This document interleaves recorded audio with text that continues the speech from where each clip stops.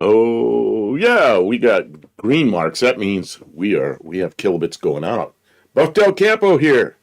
Uh, Kim will be here, and as usual, Inspector Bruce right on time. Kevin Smith. He's smart. Kim's in the back room yelling, "How does he do that?" He's smart. He's looking.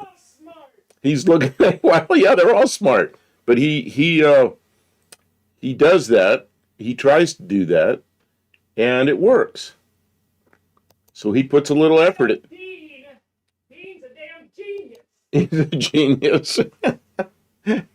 Oh, let's see. He can't get the time right. And we have Mary Elephant here, who's I don't know if he wants. I see his picture. I know who it is.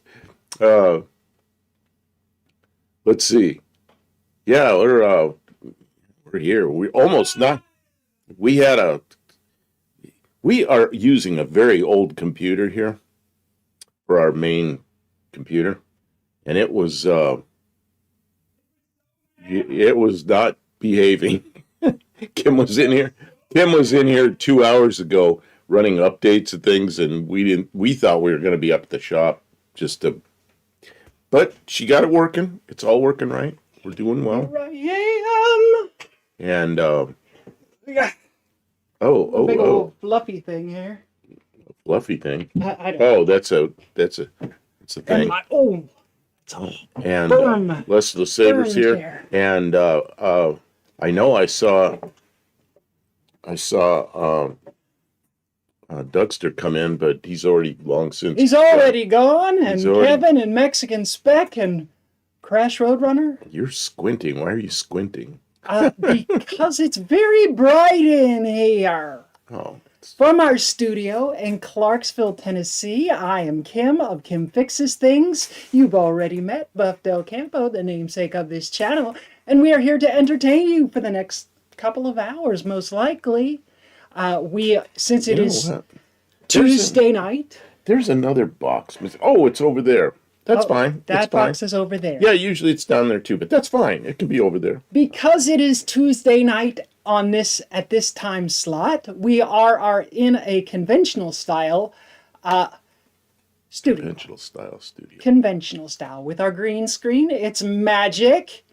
It shows us emails that you send, right? We can travel through time to our dino room, and we can browse the internet for items of our topic. Tonight's topic is 1973. It is not a hard and fast rule. We always want to see your car, your project, your cat, your shop, whatever's going on interesting with you. But if you don't have anything personal that you want to send and you just want to participate, you can send us something automotive adjacent from the year 1973. Did your parents have a car from 1973? Did you have a car from 1973? Did you love 1973? Did you hate 1973? All those things are valid for conversation, and it's just a guide, but once we get going, who knows where the conversation will go. And that's okay, because it's our show and we can do what we want. Faith usually sends in pictures of herself and her cats and stuff. Okay. She sent in a picture, and Faith, I'm not going to show it because you got children in there that I don't know. Oh. Not going to do that because then I got to check different things in YouTube. Maybe don't show children. So if you could send another picture, I'll show that. But this one, sorry about that. Kevin asks if we have a P.O. box that we can send for Kim. We do have a P.O. box, and it is, I don't know it. It's like 103 in Cunningham or something like that. That's exactly what it is, but then you got to remember the zip code for Cunningham. 3704. Get it right. Don't guess on zip codes, because then it'll go to the wrong place. Okay. What is it? I don't know. I'll have to look it up. So we have to find a zip code, and we'll give that to you? You look it up, Cunningham. I'm not looking that up. You're not looking. You've got the internet. Okay, I'll look it up. Oh, Dougster got his new taco truck, toolbox, heavy duty, snap on. Not automotive, aeromotive. It's got wheels, big wheels, so you can push it out on the flight line and maintain your aeroplane. That's pretty fancy stuff, Dougster. I'm impressed. I'm a little jealous. Kevin says I'm looking spry there. Thank you, thank you. I really had to dig deep the last couple minutes. I spent the last 2 hours clicking on Windows. This computer, it's barely hanging on. I accidentally installed something. Don't install anything on your... It's like we have to have a separate computer for each task, because if you install something on one, anyways, computers. But we are still here. We are still live. We have our computer. We are in high resolution, 720p. So hopefully the pixels are not just too distracting. This picture looks nice and clear, though. That's a nice picture. Can you type this in? P.O. Box 103. Yeah, I will. Okay, here is our P.O. Box. The best way to send us mail is P.O. Box 103. Cunningham.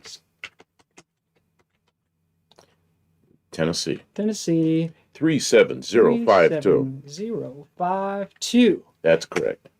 It's easy to remember because if you've ever watched The Jeffersons, you should take your dirty clothes to Cunningham, Cunningham, Cunningham. Take your dirty clothes to Cunningham and come back cutting clean. I don't know why I remember that. I was just a kid. Now we're going to get, there's probably a... you know what? No, we won't. There's a statute of limitations on that kind of thing. I don't know. Let's see. You know why there's a new car called a Hornet? What is the new car called a Hornet?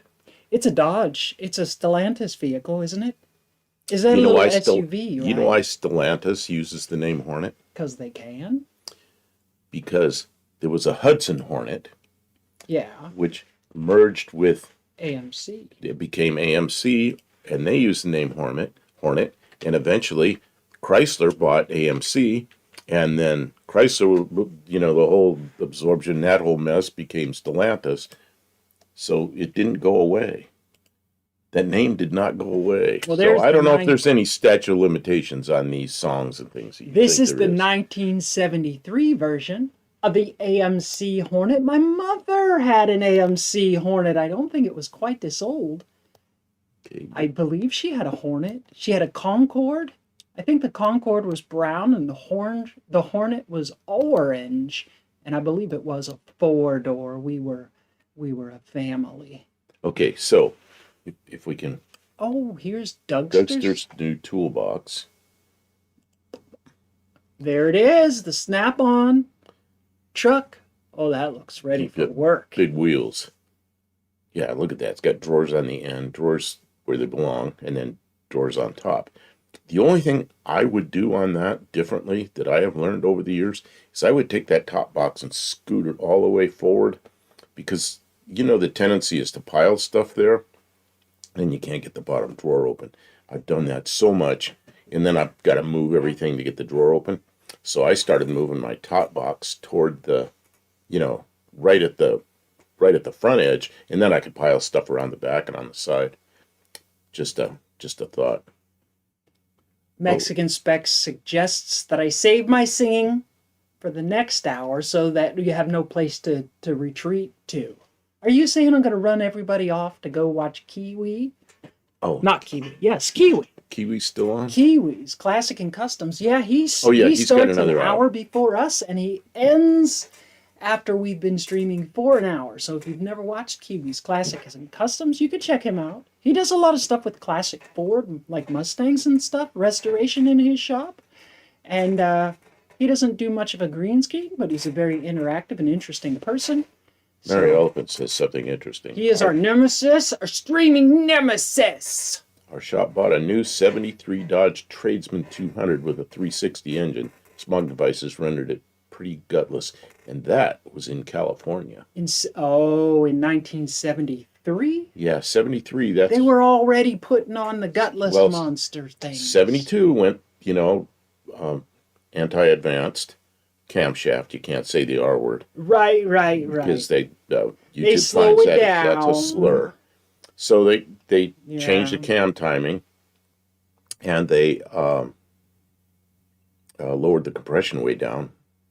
And yeah, they had what did you have? I remember a shop vehicle that was, I think it was a 62 Ford Econoline van with a 200 cubic inch 6, maybe a 170.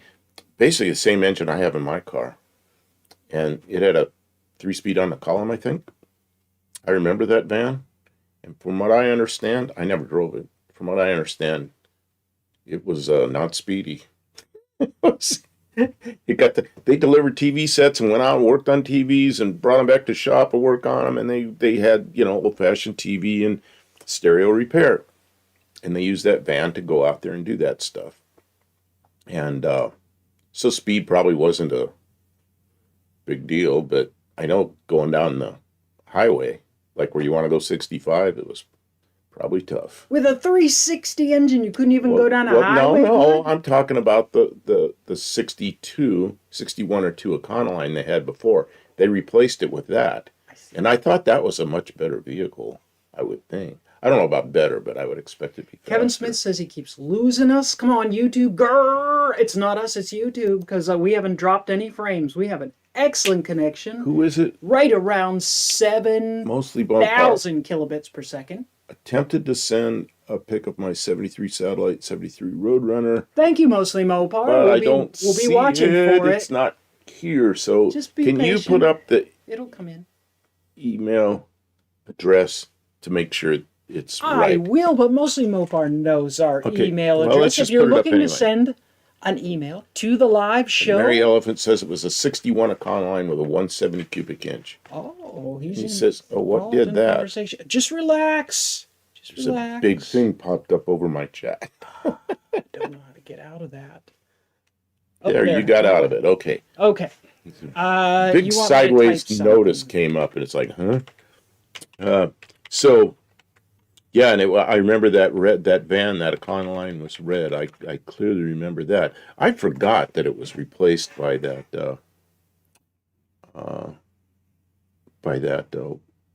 white Dodge van. The Ford 170 probably didn't even get that much better gas mileage to make it worth having such a tiny motor in that van. No radio, no heater, no nothing. You had a radio and TV repair shop, and you guys didn't put a radio in? You know what? These old friends from like, we were like this big. We were friends already. So I think we met when we were about a year old. So his father had TV and radio repair shop. And my father bought a 56 Ford, brand new 56 Ford wagon, and it had no radio in it. And they sold Motorola radios, and they put a radio, their shop put a radio in our 56 Ford. You turn it on, and it'd hum a little bit, and about 25 seconds later, on would come the music. You know why? Because it had tubes in it. It was that long ago. The new radio had tubes in it. Man. And I compare the 360 to Ford 170. You got to go with the 360, right? Yep, probably. Well, that I forgot about that white van. That was the Dodge van. That was a pretty nice van. One drawer on the lower box. One drawer. He's getting drawer liners installed. Savor it, Dougster. Make it nice, because if you're anything like me, once I start using it, it'll never be organized again. So that's probably not mixed. It has tons of vintage Snap-on stickers, including a snap. Mexican spec, it's fine. He's gonna use it. It's not a trophy rack. And stray bullets here. Or maybe it is. I don't know. I don't know how many people. Oh, we're getting some people in here. Um, I'm looking for these. Buddy Carafano sent a load of stuff. And it's got a snap-on 70th anniversary sticker. Just hit it with the wire brush and just stick some more stickers over it, Dougster. You're good. Oh, this is one that Lester LeSabre sent this. Let's see if I can get it. Stray Bullet asks, is everybody a moderator now? Yeah. Well, they're talking a lot. Yeah. It's the same three people. Well, and we have a new moderator because we were up the shop. Everybody was going to bed earlier. All the moderators left, and I said, I'm looking, I want somebody to post a link. And so I looked at who was in there. And it's like, ooh, do you think Dean Stevenson can behave himself? Do you think Dean Stevenson can behave himself?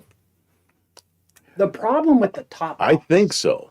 So I made Dean Stevenson a mod as well. I mean, we'll find out.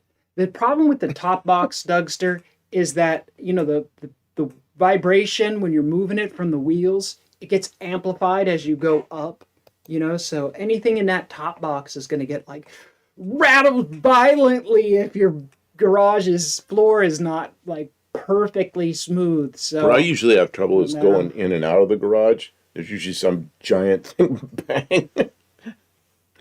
Except I have smaller wheels, so they really get caught.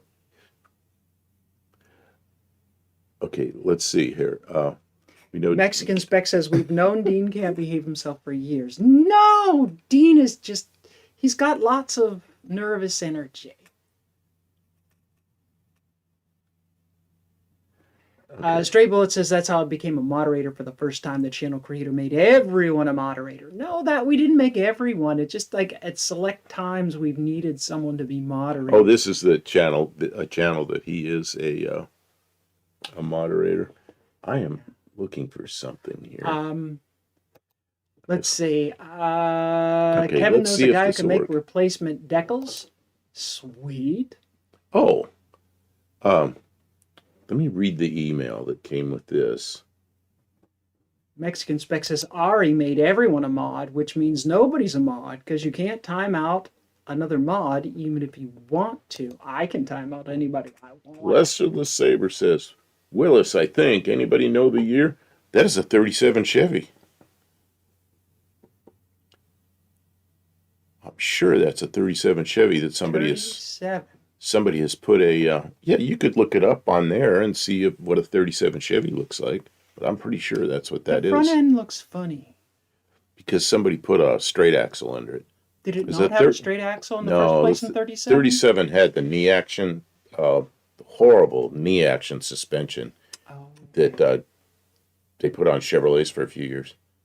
I worked in a wheel alignment shop, but the guys that I worked with were older guys, so they worked on those cars. And they hated that suspension. They had nothing good to say about it. Okay. But this one doesn't have that suspension. It has a straight axle because they made a racer out of it. I was asking you to look that up. Look what up? Oh, the knee action. No, 30s, just look up 37 Chevy and see if it matches up with that. See, Stray Bullet says, I don't really like being a moderator. One of the channels that I'm moderator of is always waiting. Lester LeSabre says, oops, Chevy, my bad. Well, let's see. Kim's going to look up 37 Chevy to see what it looks like. And we're going to just memorize what it looks like. Oops. Nope, that doesn't help. Yeah, there it is. I mean, that's a sedan, not a coupe, but look at the front end. It's the same thing. It's a 37 Chevy. It especially helps that we have a picture of it on the other screen. Oh, though, look at the back window, though.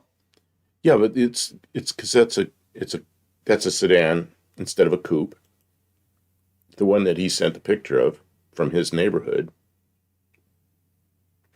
Okay, you can go back to my picture. Yeah, you can see that. That's a 37 Chevy coupe. I can't because my mouse is... Your mouse won't mouse. It's playing havoc with me. What the... Oh, jeez. Stuff happened in here. There we go. Now my phone is ringing. I can guess who that is. I know who it is. That you would think Every night that as we every go live, Tuesday, just as it's we're the going same live, person they call. calls. And I always tell them I can't take the call on Tuesday. And they so just never. Like, what kind of friend doesn't know that I stream on Tuesday night? 390 Wagon Master. His live is, what night is that? That's Thursday nights or Saturday nights. It's one of the nights we do shop lives. So, and I watch him for an hour before I go up there. And he streams off his phone. Well, his stream craps out. And every time it's his brother calling, he tells his brother, do not call on Thursday night between this hour and this hour. Every Thursday night, his phone locks up because his brother calls. What kind of friend? Like, get it out. As if I'm that organized to know stuff. But anyways. And Buddy Carfano, I'll get to your stuff, but I'm hitting some other stuff here first. I'm sorry. Kevin says his Oldsmobile project model is getting close to being ready for primer and paint. For some reason. Oh, here they are. Oh, there's a lot of pictures here of this thing. Yeah, Kevin Smith says 37 Chevy. Yep. Dougster, the upper box is also missing its flip top front. Oh yeah, that's a front that comes down over the. I know what that is. Security panel, lock the drawers. I found one on eBay. I might buy. If you lock the drawers, they're just going to steal the whole box, Dougster. if you're going to get it, it's just for your sense of completion. Bolt it down. See, Twin Brook Acres. The other thing that used to really irritate me at the aircraft place I worked, I'd close my top box, and then it's a flat surface, and people come along and pile stuff on it. You got to put spikes on it, like they do with the benches in Central Park. I was going to take some sheet metal and make a pyramid for the top of it, so you can't set stuff. You know, they try to set it, just slide off, you know. But hey, Tim, I never did it. Welcome in. Hope you're doing good tonight. We are doing the thing. I am downloading pictures, so Kim can handle the chat for a minute while I'm staring at... I've learned to download these one at a time, because if you download a batch of them, it comes in as a... a big folder of stuff. Yeah, it's worse than that. It comes in as a... what do you call those files? You got a... Zip file? Yeah, it comes in as a zip file. And then I gotta mess with it, you know. So it takes less time just to... You can't really compress pictures that much anyway, so I don't know what purpose that is. Okay, so we go from the 37 Chevy that was in... Dougster got an Ariat heat-proof shirt ad. Thank you to them, and 2 points to you, Dougster. Is that like fire protection? Or is that like sun protection? Oh, yeah, these are small. Oh, these might... Easy Bubbles ad, whatever that is, says Kevin. I don't know. I didn't even know we were giving out advertisements. But this is... You also get 2 points. E-Fog is here. Welcome in. Oh, we get some people in here. Luis says, here's Johnny. Kevin Smith. Welcome in, Luis. Kevin Smith. Kevin Smith. This is this Oldsmobile 58 Olds wagon. This model he's been working on. And he sent a lot of pictures of it. Oh, look at that. Look at the detail on the tailgate. What's that? He's got... What does that say? I don't know what that says. Don't know.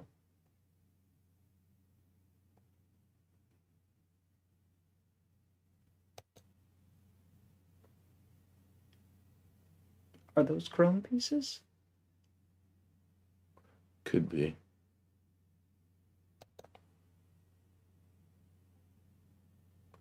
Looks like he has them set up for some kind of paint or something like that. Can't tell. Not Matchbox. What are these? 125th scale? I think it's 125th scale. Model car. And there he is. There he is. Kevin Smith. 7697. There he is sanding. Sanding. To perfection. You know, whether you're working on big cars, small cars, airplanes, furniture, sanding, that's the one thing you're going to do more than anything else. Sanding. If you want it to be nice, sanding is gonna be a thing. It's all in the preparation. Auto Model Kevin Magazine. says that's the raw plastic, and it is a 7-inch model car body.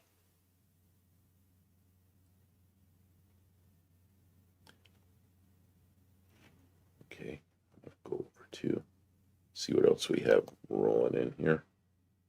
I'm going to Mostly Mopar is here, but I haven't seen him saying anything.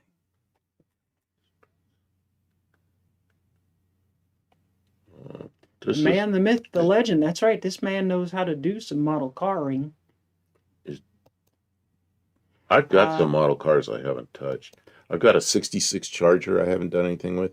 I've got several C4 Corvettes. I don't know. I know I've got some other models that I just bought over the years, and they're sitting around. Mexican Spec asks, Kevin, is that an odd color for the raw plastic? I would think it would take more coats of primer to cover that dark color.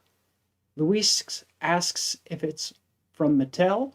Kevin says the Oldsmobile wagon is made up of parts from 3 different bodies. Because there wasn't a model of a 58 Olds wagon, right? Oh, I see. I think that's the case. And then last week, right at the end,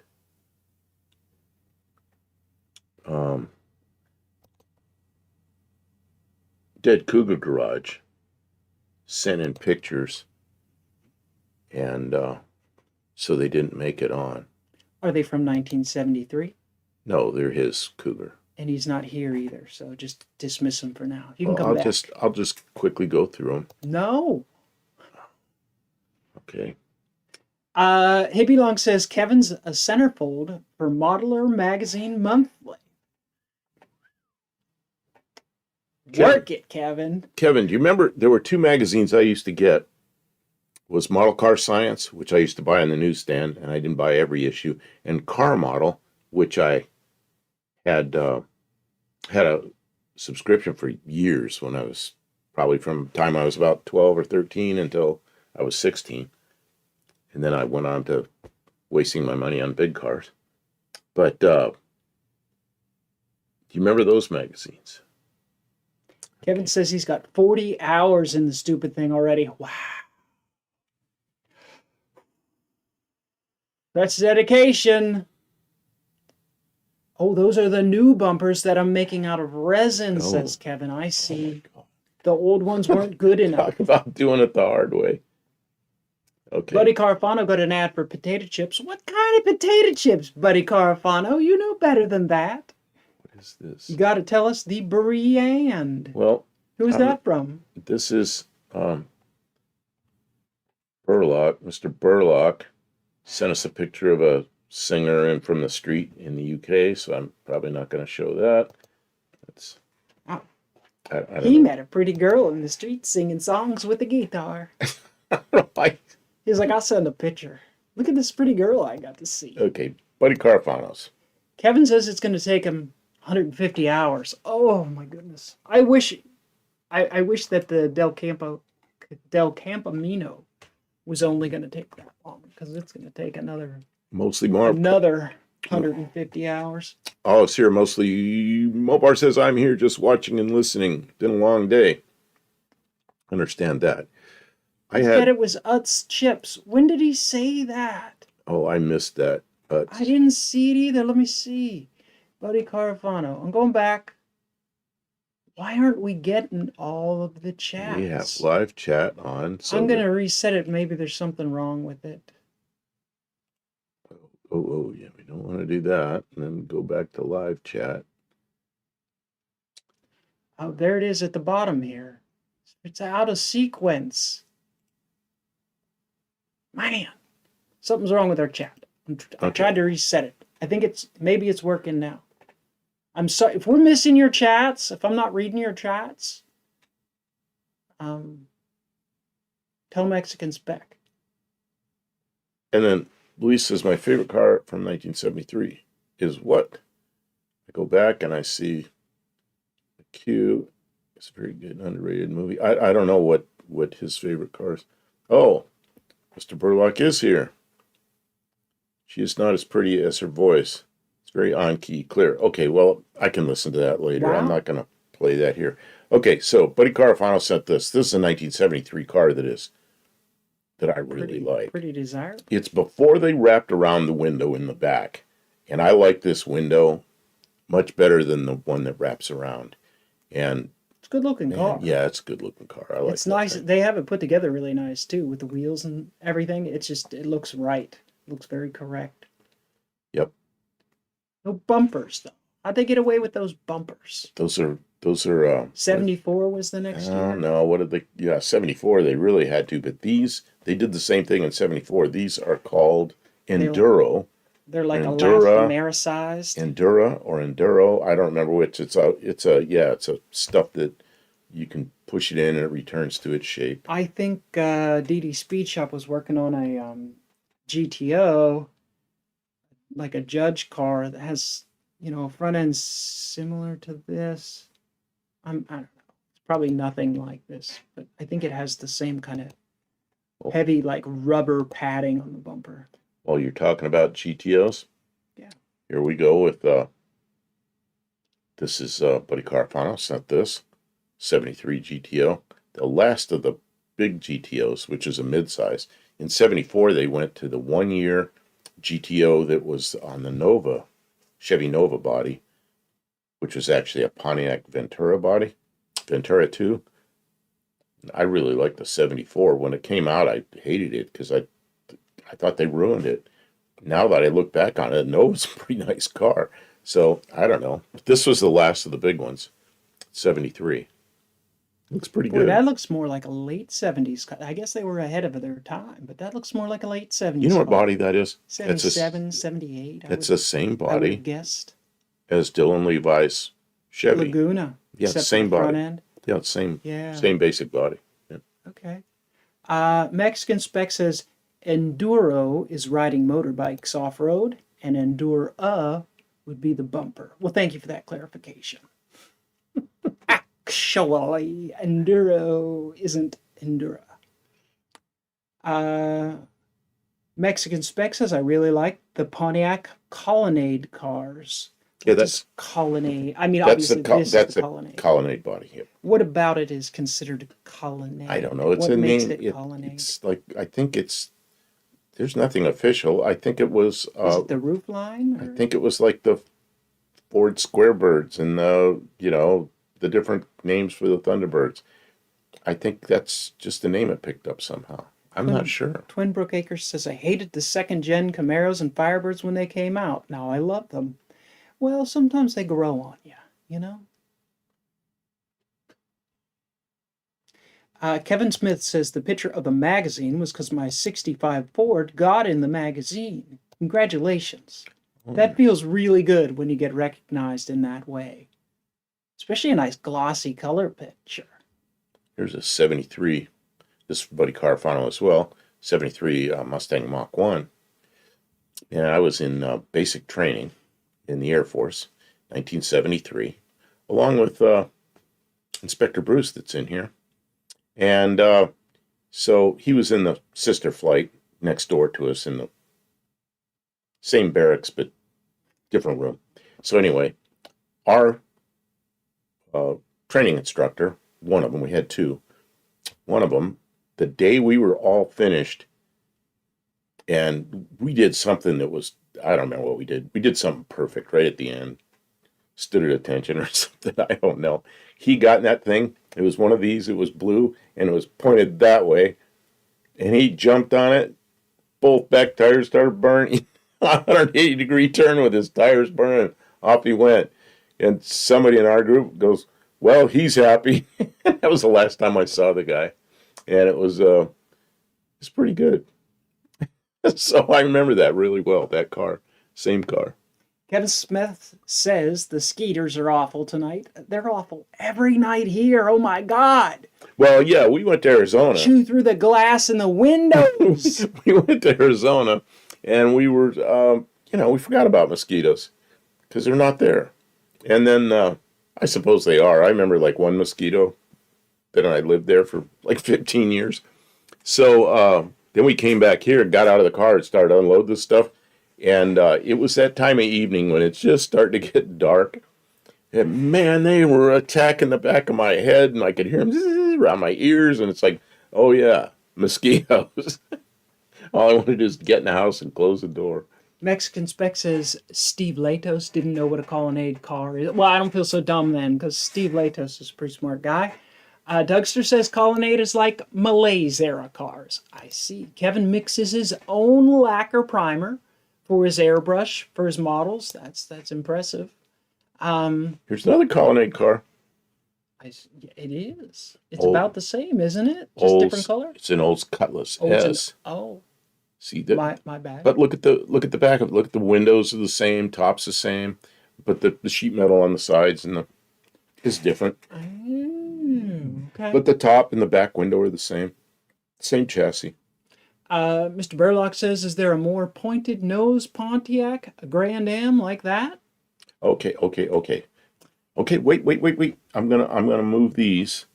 How can I do this? I'm just gonna shut those down. I'll come back to Buddy Carafanos in a minute. Okay. I'm gonna do this. See, I put up some of my pictures that I liked. And we started with this one, which is that's too big. I'll fix it. You'll Just fix be it. patient. It's a 73 Trabant, which I like the little 2-cycle engine, and I think those are just cute as hell. Not a very good car, but I'd love to have. Not much of a daily. I would love to have one. Okay, so that's a 73. Then next one, this isn't a 73, but this is a Dart that I happen to see looking in a neighborhood that I used to live in California. And man, there's this car parked there. It's a 63 or 4, don't know which, Dodge Dart with a Plymouth Valiant nose on it, front clip, and it looks like it belongs. I thought that was kind of interesting. These are pictures that I just brought up. And that's a Australian Fairmont, which is nothing like our Fairmonts. Same year as my car. Okay, you got to stop with the pictures for a second because the chat's getting away. Lester LeSabre says the Colonnade is the rear roof line as opposed to the Regal or Cutlass Supreme more formal roof. And then, that one. I thought I had another picture in there. I'm full of it. What were they asking about? Dougster says the back window of that Stang is more like a rear-mounted sunroof than a back window. Yeah, you don't got a lot of visibility You out look there. out the rearview mirror of those, and that window looks like it's about that high. I didn't like that at all. Okay, I'm full of it. Those cars that I just showed you the pictures of. What were they asking about? What did Burlock ask about?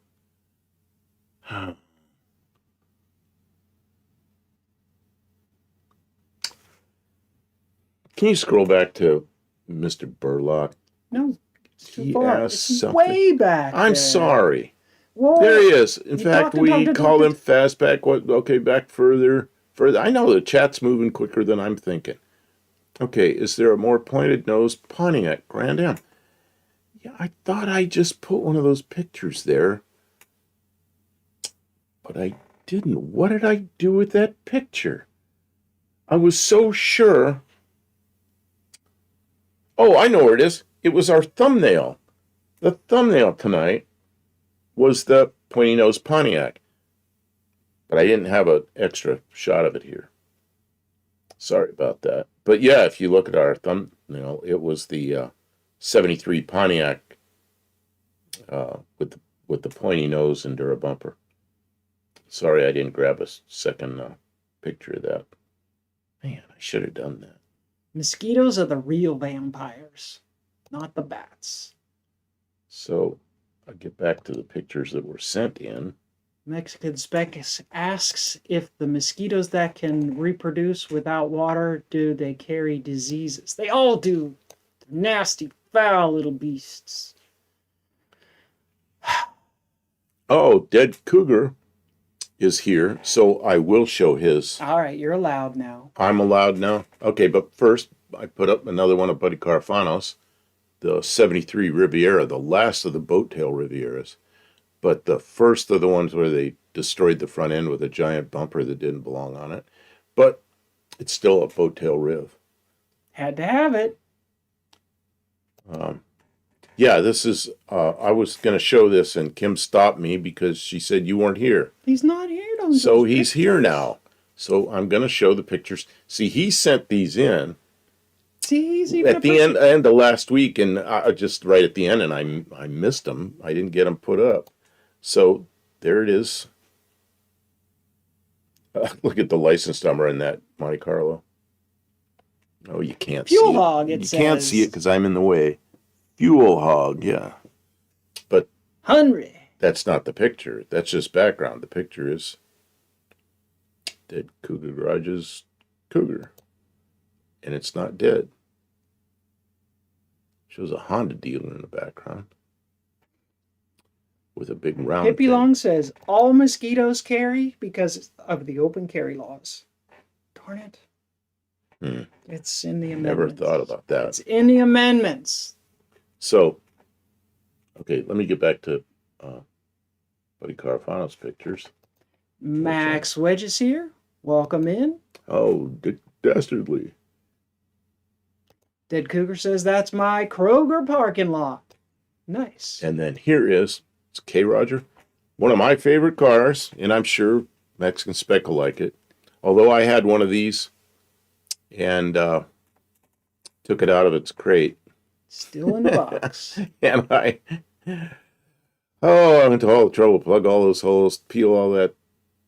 Mine had really bad wood on it, peeled it all off, and I put the panels in back, made a little panel truck out of it.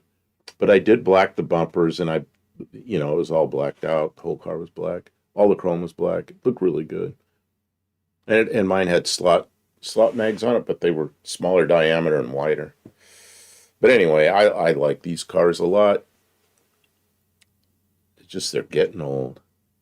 Dougster says malaria was why the French gave up on the Panama Canal because of the mosquitoes, but when the U.S. took over, Teddy Roosevelt was able to kill the mosquitoes single-handedly. He killed every one of those mosquitoes. Yeah, I think they just sprayed the whole country with DEET all at the same time. When was that? That was in the... long time ago. Yeah. Digging that canal with it was, steam shovels and stuff. Man. Is that the first decade of the 20th century? 1900 something, I think. That's when Teddy Roosevelt was president. That was a guy that was never supposed to be president. He was the youngest president we ever had, and he was brought in to bring votes in an election, and then McKinley was shot and killed, and he was president. He's a very significant president. Kind of interesting.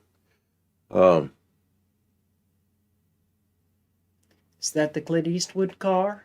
Who is this? It Gran belongs to Torino? Splinto. What, because of the splinters? Tim Geisinger from Connecticut. Hi, Is here. Tim. Welcome in. Indirect is here many days ago. Yep. Indirect, it's been a while since I've seen you. Glad to see you here again. And this is from Buddy Carfano, 73 Torino. I remember these well. Kevin says Ashley on Cold War Motors is going to build a Torino like this. I don't know who Ashley is. I don't watch Cold War Motors enough to catch everybody. What's her agent name? Secret? Cold War Motors. Isn't that the one who just got completely ripped off? He had issues with YouTube, Facebook. Oh, Facebook. Somebody opened a Cold War Motors Facebook account. Stole all his stuff. And was, copying his stuff, pretending to be, Dougster says it's not Saturday without Cold War Motors. Yeah. Yeah, Hippie Long says, gave us national parks. You know, remember I said that? I said that on a video that we did when we were at, what's that place we went? New Mexico? Kim, what is the name? I think it was said before you said it. It was at Carlsbad Caverns. I said, thanks to Teddy Roosevelt, we have these national parks. Dead Cougar Garage did a couple of shorts on Torinos at Carlisle. And Kevin says there's only one Scott. Yeah, Scott's a good guy. He seems really good. So far. I got my eye on that. And this is another one. He's still really new around here. So Buddy Carafano sent this in as well. This is a Vega, Cosworth Vega. Oh. Remember we saw that black one that was at No Name Nationals? I don't remember. It was like 5 years ago. Yeah, it was the first year. It had very low miles. It was like, and he traded original. He traded it for another... A drag car, a really fast drag car. Oh, yeah. And then he went really fast. One that turned in the fives. It's like, God. Kevin Smith says, there is another Scotty, but he dies 3 times a week. He doesn't always die. Someone else in his family sometimes dies.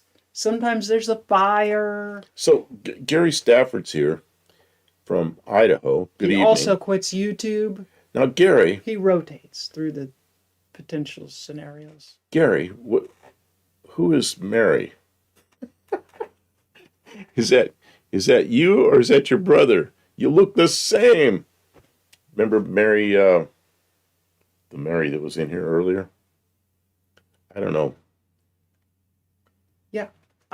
Max Wedge says his neighbor has a Torino sitting in a field and a Mach 1 buried in his garage. There are still a lot of them out there, hidden away. Yeah, enjoy the ones you have. You know what I mean? Can't have them all. So, didn't the neighbor tell us they have an old truck in their garage they want to pull the motor out of and have rebuilt? Yes, we need to go talk to him because if we're gonna not leave, I think like we got a lot to do. All of a sudden I have more on my plate than I can handle. But remember, don't tip the waiter. Remember that?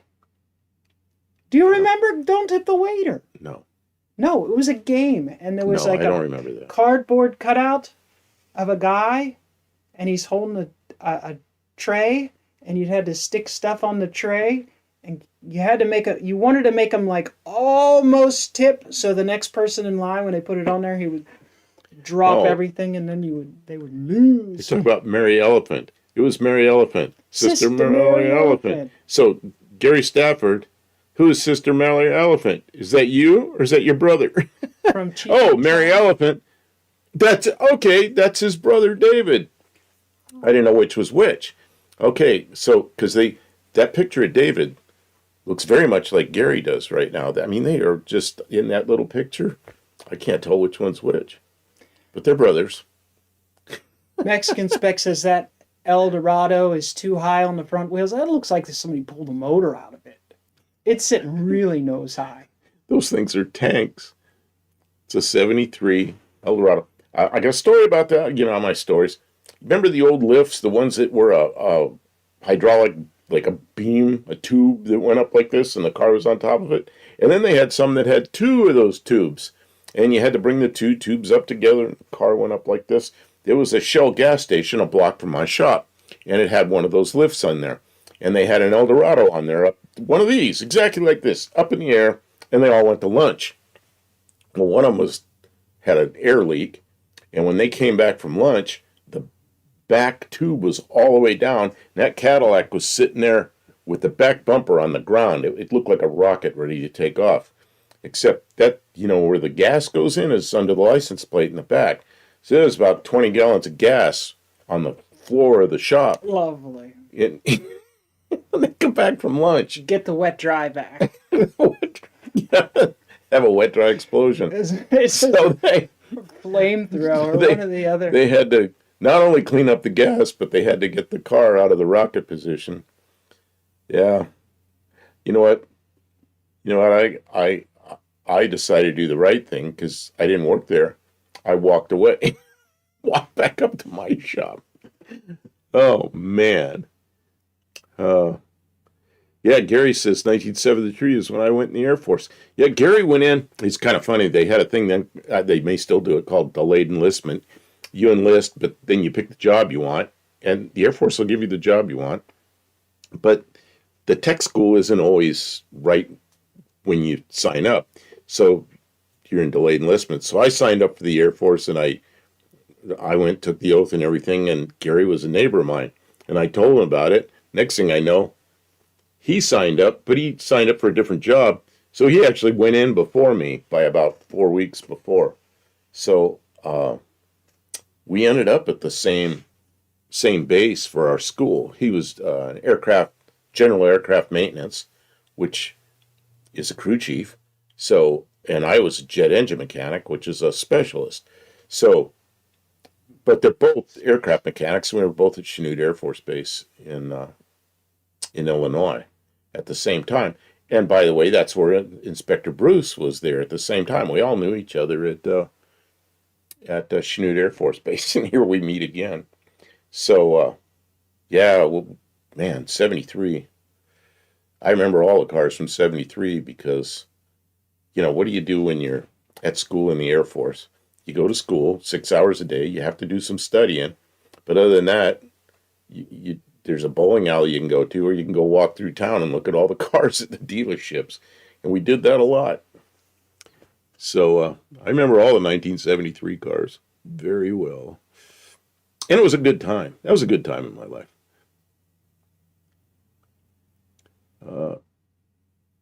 Mexican Spec says we had two post lift in high school. They were controlled separately.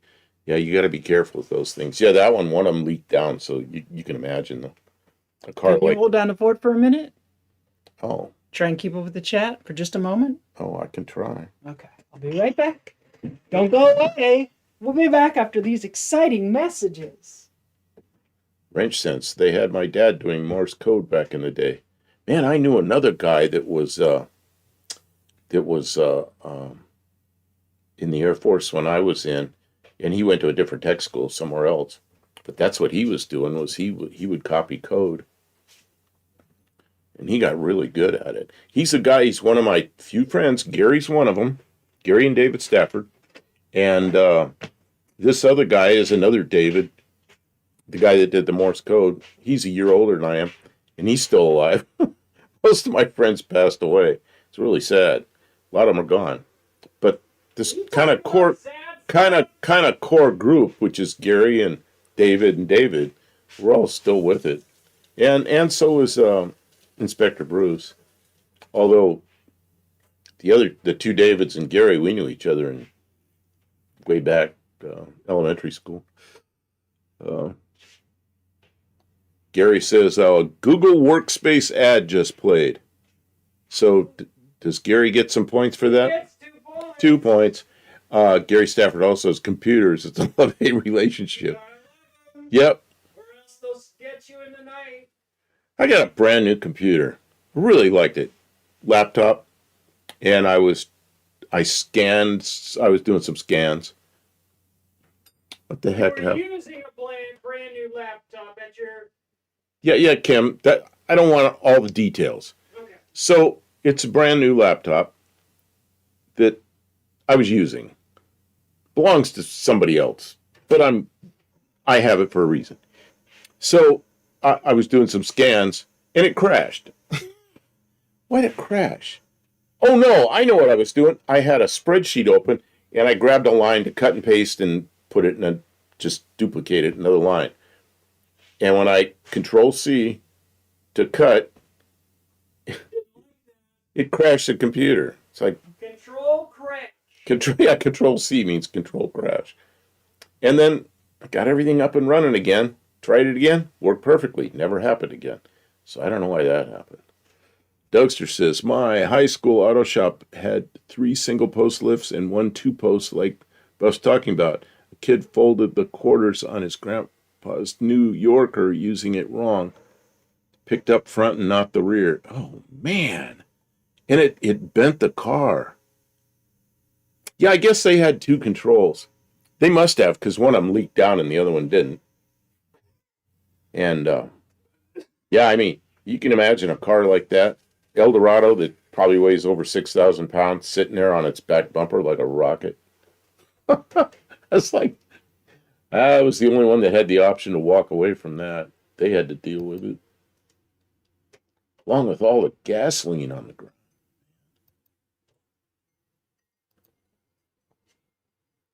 Buddy Carfano sent this in as well. A Lincoln. Is that a 73 Lincoln? Dead Coup Garage says, please hold. So what's this? Mexican Spec says, I think it's better to teach the young on the hardest equipment to use. If they master that, the newer stuff is cake. You might be right. Kevin Smith, my Chromebook locked up after using it 3 times. What a joke. I have a Chromebook here that I bought years ago for my former wife, and she used it once maybe. That one's all busted up. And no, it's not.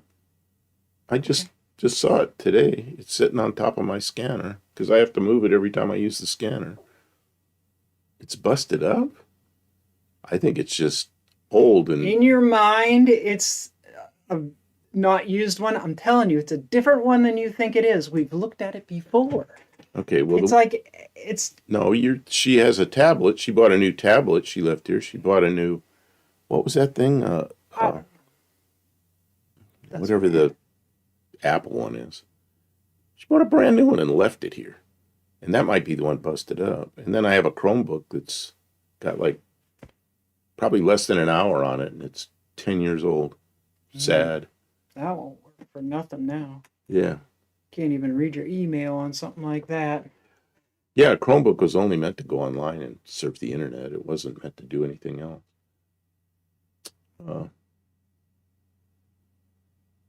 What did Dougster say? I don't know. Mexican Spec says try to explain that to the insurance company. They won't let you have old stuff. They make you have new stuff because it's safetier. Luis said, God, they can track you. Everything new is safer. Luis says 73 Ford LTD was in Rugged Rocks. But 73 LTD. It was. They had lots of old Gary cars. says 73 had pea shooter exhaust pipes. Really? Kevin Smith, a few issues lifting the C8 Corvettes because engine is in the back.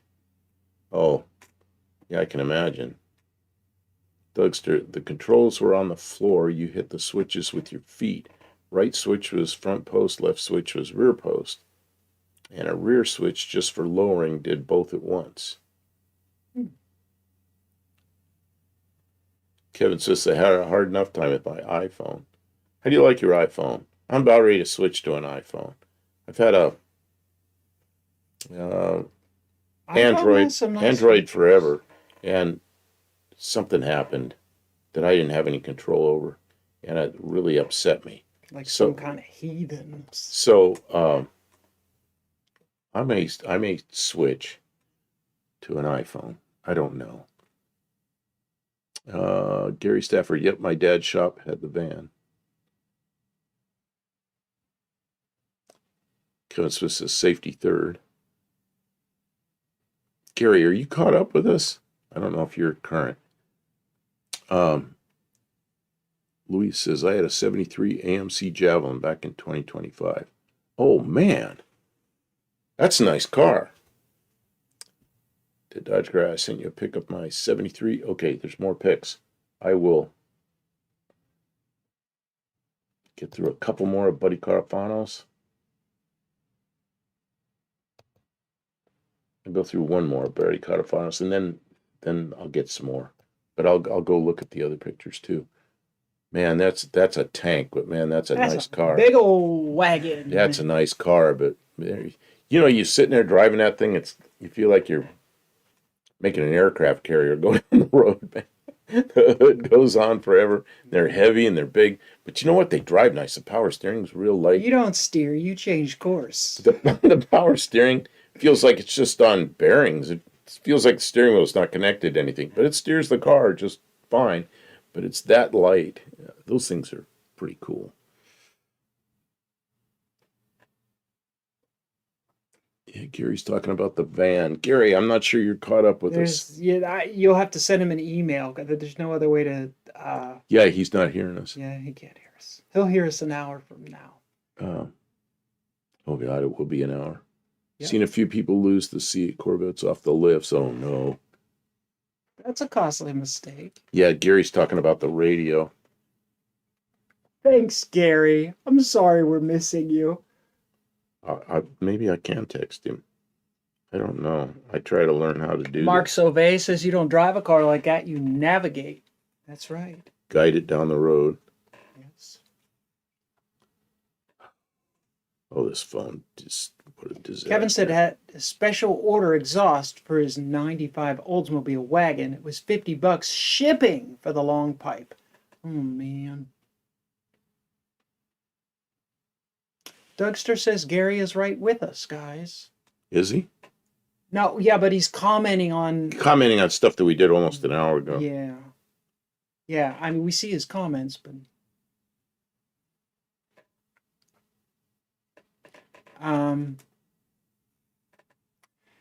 Olive says my dad had a sorry we haven't said hello to you yet, Olive. I did say You hello did? to Olive. Okay, I know I missed a couple of your comments. Like sometimes stuff just scrolls by. My dad had one almost like that for a while, but it had a prettier surround bumper, like a 70 or a 71. Oh, the bumper went up over the lights in 71? I'm going to look it up. What is that again? Chrysler Town and Country. I'll look it up. Struggling with this. Oh, I don't know. It's okay. 1971.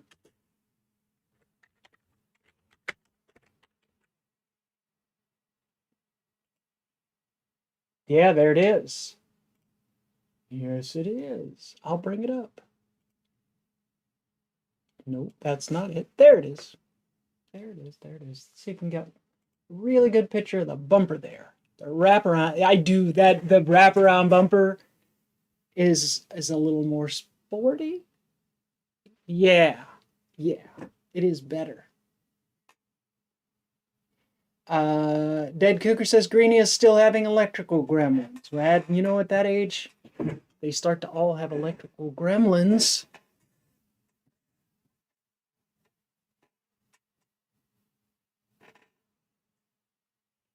Okay, I texted him. Amazed I found his text number. Oh, we're showing this. Why are we showing this? Olive mentioned that she liked, or that her father's had the wraparound bumper. Oh, the surround rather bumper. than Same body, but different. Yeah, I like that bumper.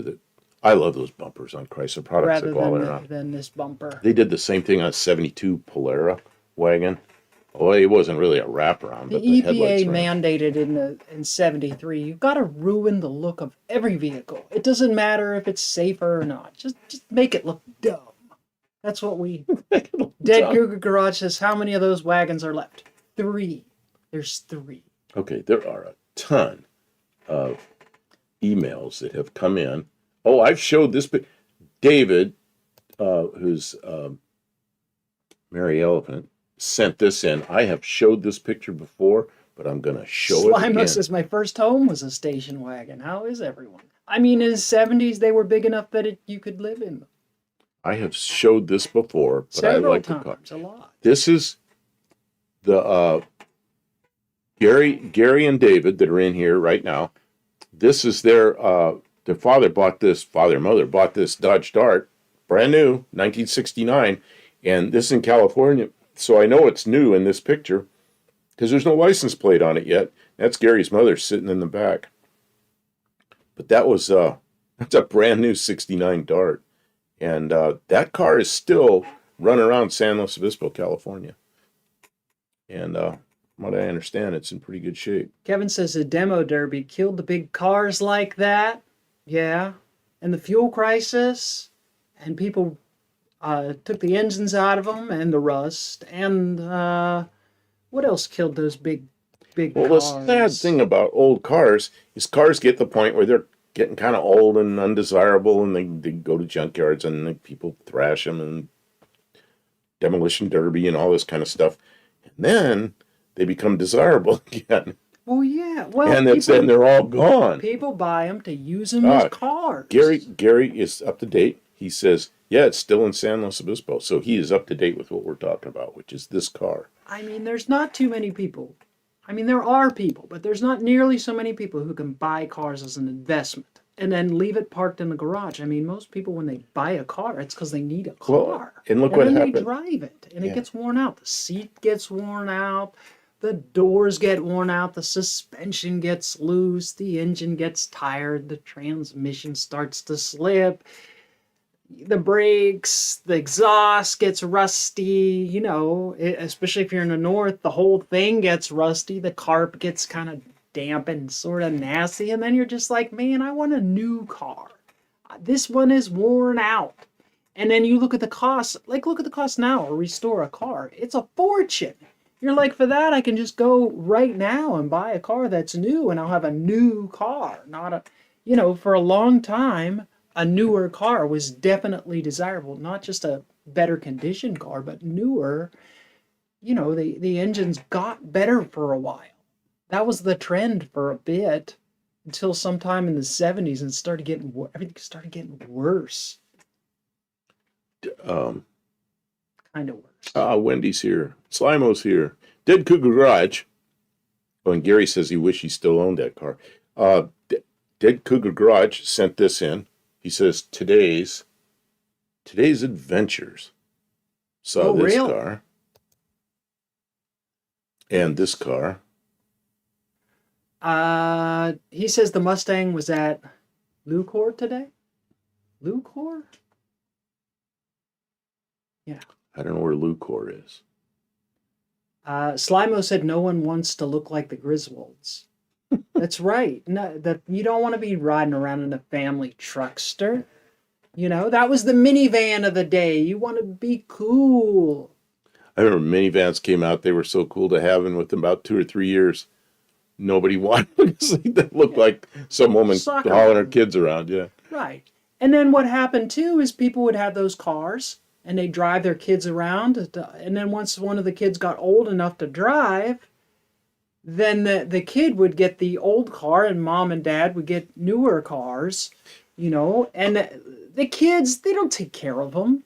I remember when my brother first got his driver's license, he beat the crap out of my mom's car until it gave up. And then he got his own car and my mom got a is newer Dougster car. taking off? Okay, Dougster, thanks for being here.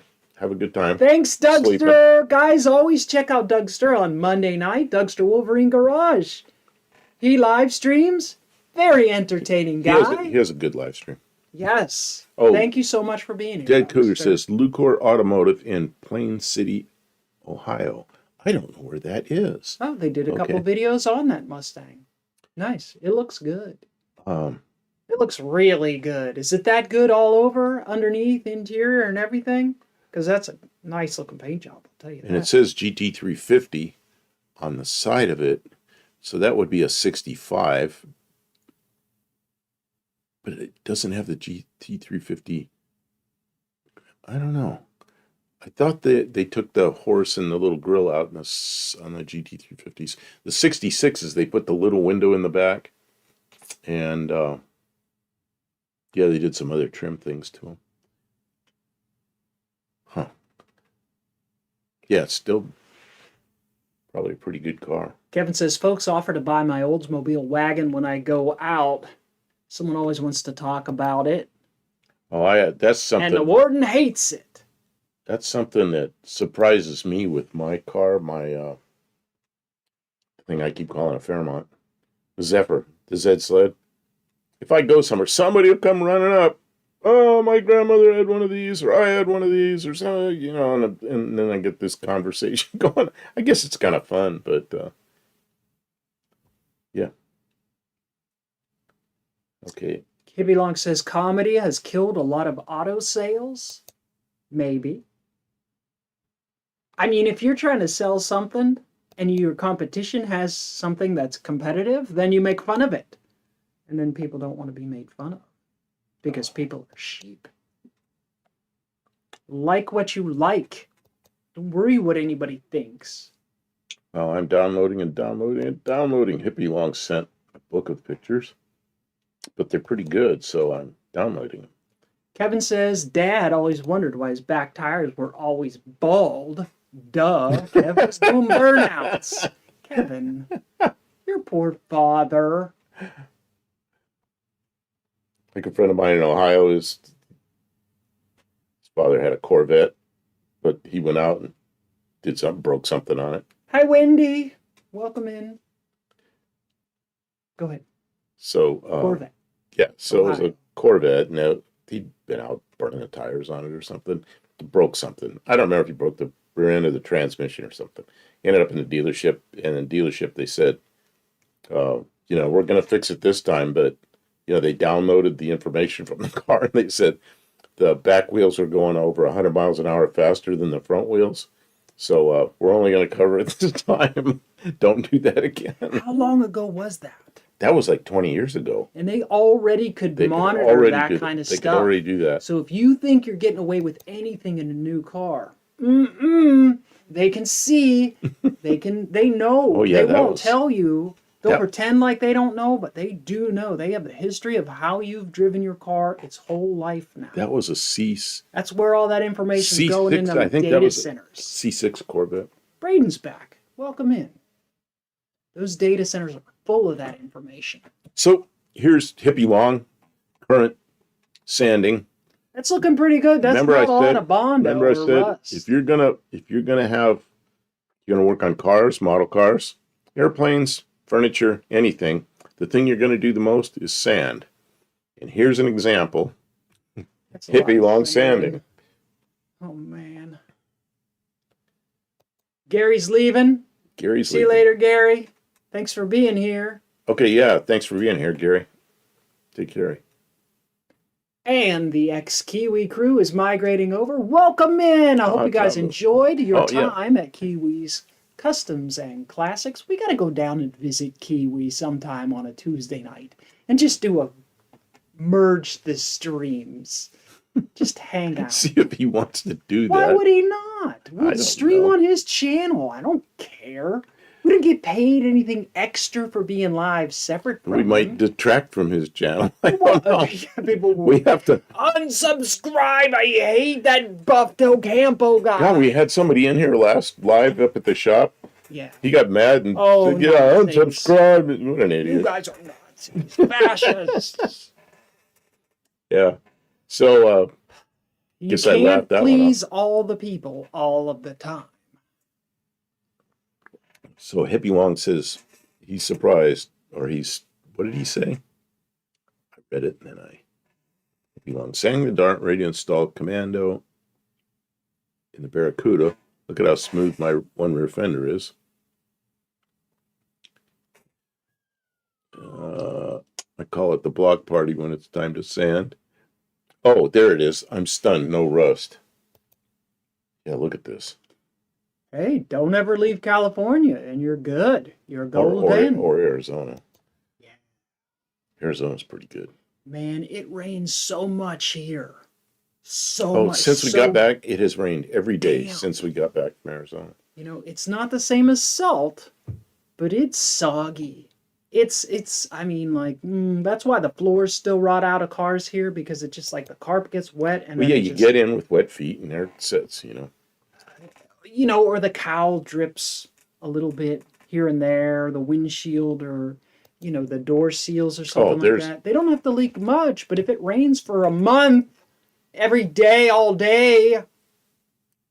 Buddy Carfano worked one summer doing sheetrock, a lot of sanding. Yep, there you go. There's another job. I told you, every job you do, it's you're going to sand. finish. Everything you do is going to involve sanding. Well, except Daniel Morrissey's here. He cuts hair. Probably no sanding on your head. Is there? Mexican specs says bad. Arizona has plenty of rust after the sun burns the paint off. It Oh, does, but but it's it just- just it's doesn't just- propagate like It's the other it's places. just some surface stuff. It Patina. just sands right off. Here, the rust stays wet and it just keeps on going. It starts running down the sides. It's Two things quickly. Hippie Long was talking about putting this engine in. Woo, So commando. that was back further. Okay, so that's going in. And then Daniel Morrissey, man, we should have gone up to your place, but it was just too far. It was like, was it 650 miles from where we were? Okay, I'm trying to catch up with all this, but I want to talk to Daniel Morrissey, but I don't want to miss this chat here. Braden says, I'm getting paid. in full. Oh, is that what that means? In full Yeah. by the insurance company for my cars.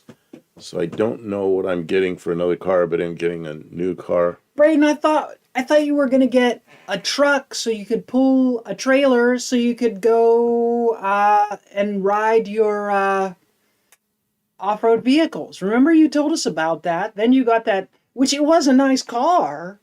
Oh, it says, talked to the insurance company the other day, which was yesterday, and they're waiting to finalize it right now, and then they'll give us an estimate. Oh, well, so they're might not pay you as much as you want. Be careful with that stuff. So they'll try to get off easy. Kevin Smith, emergency vet ads. We're losing stuff. Okay. Yeah, I know. It's scrolling by fast. Slimo says, Dad made me sand boats when I was a kid, so my buddies came to me for fiberglass repair jobs on rusty surf hacks. Sweet. So yeah, there's another one, boats. And then there's people that hate fiberglass because they say it itches, but I love this stuff. Tavo has no pics of 73. Well, that's okay, Tavo. Just hang out and enjoy yourself. I've got some pictures that I am going to show. Again, I showed them quickly, but I couldn't find the one I wanted. But they're cars from down under, not necessarily 73s, but there's some favorites of mine. So next, Daniel Morrissey. Man, have I got a problem with getting haircuts. I get really irritated with the barbers around here. And I don't know, maybe it's this way everywhere. You used to walk in and sit down and you wait like 5 minutes, 10 minutes. They cut a couple of people's hair, you get your hair cut. And it was like, zzz, and they shave a little back here, take like 5 minutes, and you pay them the money and out you go. Well, now everybody wants to make an appointment. I walked in a place and this woman was doing nothing. She got like 4 chairs there, they're empty. And she was doing something. She was eating a Twinkie. And I said, I need to get my hair cut. She goes, well, I got an appointment coming in 15 minutes, so I don't have time. Well, you know what kind of haircut I get? This is the kind of haircut I get. It's like a military guy, and shave the stuff off my neck. And I'm thinking, 15 minutes? You could do 3 of these, and you charge $40 a piece. That's some quick money. She sent me away. It's like, is that how it is now? Is that how it is now? I don't. Maybe that's just how it is now. Don't tell other people how to run their business. Maybe that's just how it is now. I don't know. Well, so what I did was I came home. I got mad. I came home, got a pair of clippers and started going, and then Kim kind of finished for me and shaved stuff on the back He of made my a neck. mess, and then I fixed it for Yeah, him. but it was just, like a lawnmower down the He center. trimmed him up good. He's ready. Tomorrow that? we got to go to the cancer center, Oh yeah, I got to get my and hair. then we had to clean him up good in case they have to cut his whole head off. So We don't want to. at some point, They you shave can't you cut before any more off surgery. the ear. But anyway, I don't know what's going on. I had a good barber here, but he moved away. He retired, moved Now, away. he didn't retire. Car wizard. He was probably like 40 He years don't work old. for Hoovy no more. He was probably like 35, 40 years old. So he he and his wife had a barbershop, and they cut hair like this. And they went away. I called him. Daniel Morrissey, I hate appointments. You need a real old-fashioned barber. Where do you find a real old-fashioned barber? There aren't any here. Like you got to drive all the way to Petaluma, California? You're looking to go back in time. No, this is a military town. It's got open a barber shop. thousands of guys. They probably get, there's probably barbers on base they're stylists. Oh, that's the other thing. They're not barbers anymore. They're stylists. Stylists. Well, is this the style that takes $40 in a half an hour? I don't know. They give and I'll even pay them give you a little happy ending there. Charge you $150. Jeez. Give you some frosted Daniel Morrissey, tips. I hate appointments. Nobody wants to be a barber. How you make any money like that? So you do walk-in haircuts? All we have to do is walk to. So, Kevin Smith, Dad wanted me to go to barber school. Big money on it. I don't know. I got so tired of everybody I went to. They don't want you to come in like for 2 or 3 weeks. Make an appointment 2 or 3 weeks out, and they're stylists. I'm not a barber. I'm a stylist. You got to respect them. You can't just walk in and be like, "Hey, cut my hair." They're like, "That guy's not gonna. He's gonna want to pay $10." Stray bullet. My stylist will take me in front of someone. Yeah, that's another thing. That woman eating a Twinkie. She had 15 minutes, which she could have easily cut my hair. She was eating a Twinkie. I know you're going to defend this woman. So go somewhere else. I went everywhere else. So, I think she charged $35 for a haircut, for a men's haircut. She would have made $35 in 5 minutes, and I probably would have tipped her, and she still would have had her appointment. Man. Let's see here. Maybe she just doesn't like to cut men's All the hair. old guys are dying. Yeah, no shit. I'm afraid I'm on that road. Maybe invest in a buzzy thing. And Kim, that's exactly what I did. That's exactly what I did. I got a couple of buzzy things. One of them, the attachment fell off, so then it makes a real botch out of it. But this one, the attachment's still there. It's like a number 2 or something.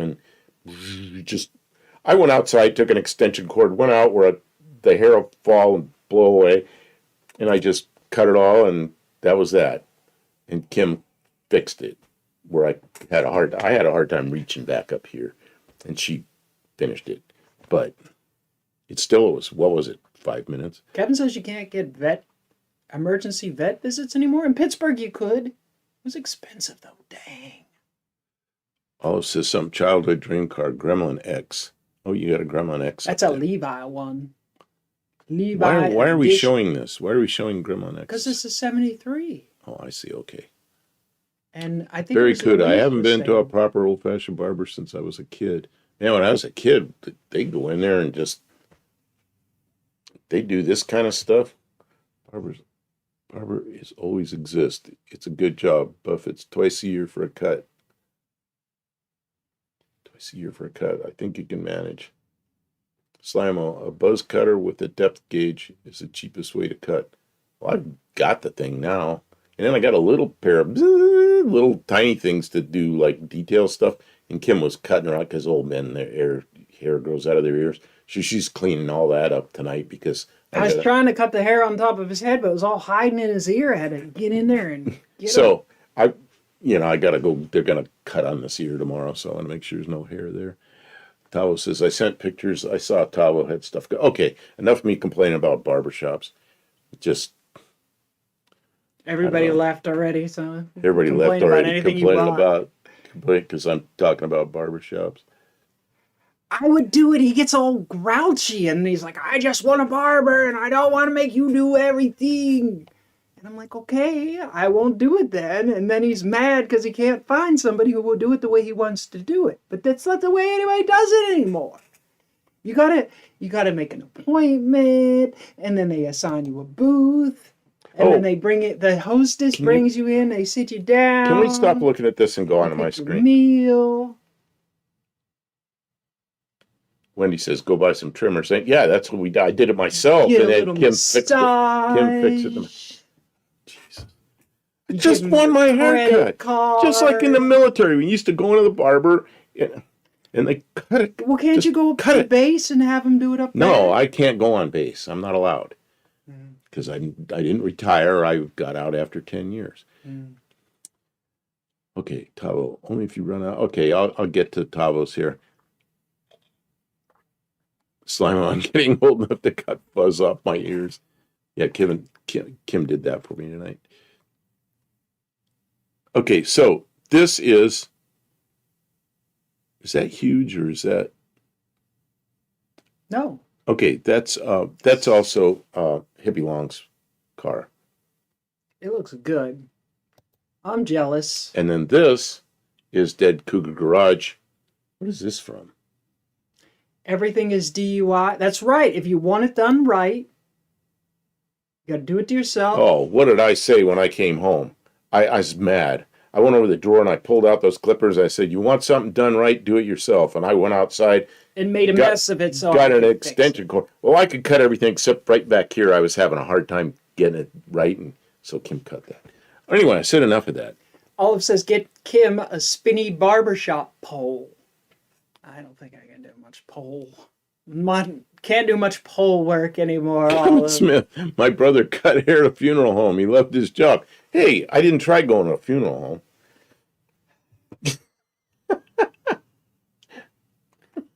Jeez, that's the new trick. Go to the funeral home. It's like, do you guys cut hair? Does anybody remember butch wax for the front of the hair? I sure do. Remember a stuff called Brill cream? That was late 50s, early 60s. Guys put Brill cream in their hair, and then they could go whoop and make it go back, and it'd stay like a little rock.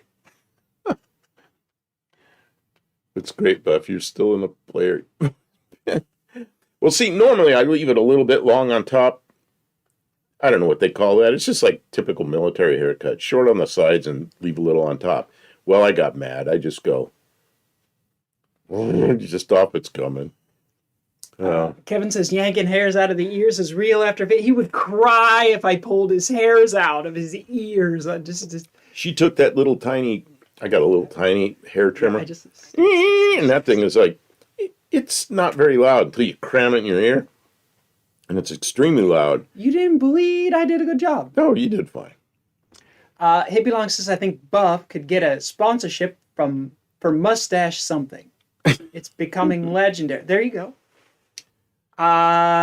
Daniel Morrissey will fly over in his Learjet Cannoli 1 and cut your hair. Yeah, that's cost effective. Yeah, that's It's to drive across the country or fly. fly a Learjet.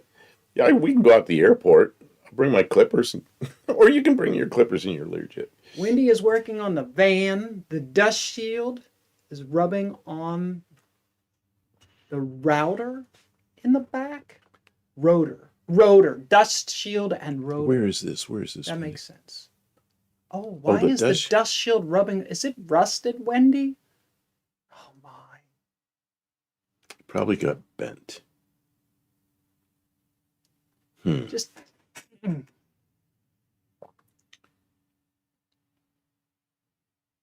Okay, so I got to download more pictures. Olive says the funeral home customers don't complain. Yeah, but they never come back. That's the thing.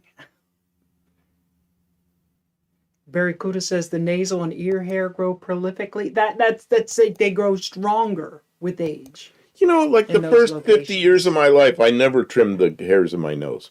Never. Because there weren't any. Maybe they were up in there somewhere, but I never knew about them.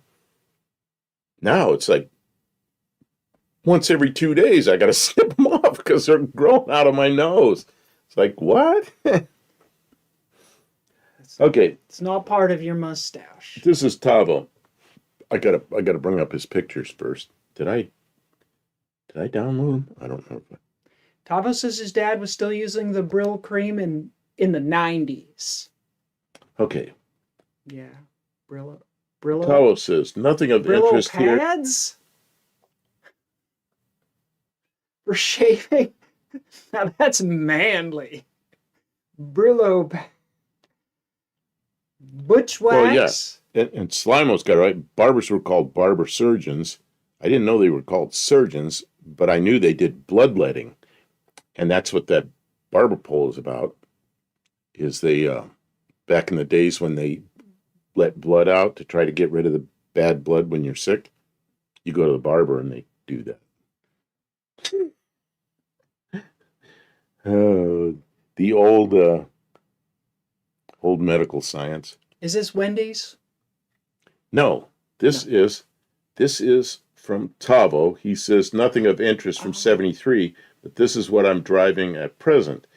This is what we call a Honda Odyssey Down Under. Oh, that Smaller looks- than the US version, Yeah. no sliding doors and no V6. Only available with the K24A 2.4 liter 4-cylinder, which is that's what our car has, 2.4 liter Chrysler engine, but this one is an '06 with 230,000 miles. Wow. The barber was also the dentist. What, they pulled teeth too? Yeah, but they had that blue stuff that you put hairbrushes in, and if that isn't a disinfectant, I mean, that'll This is kill a- anything. This is a Honda Odyssey Down Under. Huh. That looks like a four-door Ford Focus from What- the What's good about this 90s. is I bet those seats fold down and come out, and that's probably a pretty good truck. And a Kevin- 2.4 liter engine probably doesn't use a lot of gas. No. Kevin got a Lira Wood Ceilings ad. You get 2 points for that. Whatever it is, they're paying the bills. Not really, though. Look at the taillights, are pretty nice on that. I like those. You can see them well. Okay, then there are other. Okay, I'm gonna go to a black screen here for a second. Don't do it. What happened? Yep, and then I got to come over here. Oh, I'm I surprised this gotta move computer fast. didn't crash. I was struggling for 2 hours. Okay, so I brought up a 1973 car. There it is. The Oh, Trabant. Tahoe says about 32 miles per gallon. Oh, imperial gallon. So that's probably similar to ours, which is like 26. Oh, that's pretty good.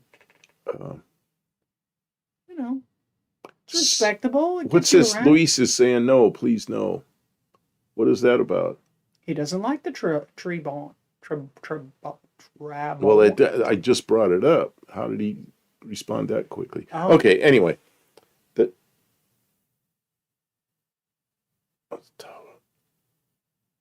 I don't know what this is. I don't know what's going on. I don't know. Grow up. Don't worry about it. Yeah, okay. So the Trabant that's a 73. It's something I kind of like because it's a really bad car. But what's cool about it is they made the body out of old cotton clothes that they ground up, and that was their, instead of fiberglass, and then I think they used a phenolic resin and they made those plastic parts. They don't rust, although underneath it's steel, so it could rust. And it's a two-stroke engine, so I think it'd be really interesting to have one of those. Where's my arrow? Lester Saber says Atomic Era Motors Jesse from Atomic Era Motors uses the Brill cream. He mentioned he needed to get Oh. some on a trip. That makes sense because he's a 50s retro styling kind of guy. That guy uses Brill cream. Can you actually buy that stuff anymore? I'm sure you can get it. You can Oh, get anything. God. Everything old is new again. That's pretty funny.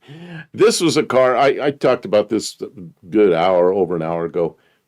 In neighborhood where I used to live in California, I was just on Google Street looking around. And this was there. It's either a 63 or 64 Dart, but it has Valiant front fenders on it, and they just fit perfectly. And I thought that was kind of an interesting thing to see that. So it's a Valiant Dart. Oh, a lot of people don't like the Trabants. Kevin Smith's plastic fabric cars, awful cars. They are. But you know what? It'd just be fun to have that 2-cycle engine running. You know, and the gas tank's up there right above the engine, so you don't need a fuel pump. Gas just drains down into the engine. And Yeah, Luis, it's not a Valiant. It's a Dart, but it's a Valiant. The front of it's a Valiant. I think Olive might have been talking about Tavo's picture when she said we had those briefly, and I thought they had potential, but they embiggened them soon after that. So I think she Embiggened was them. talking about the Honda, the little Honda.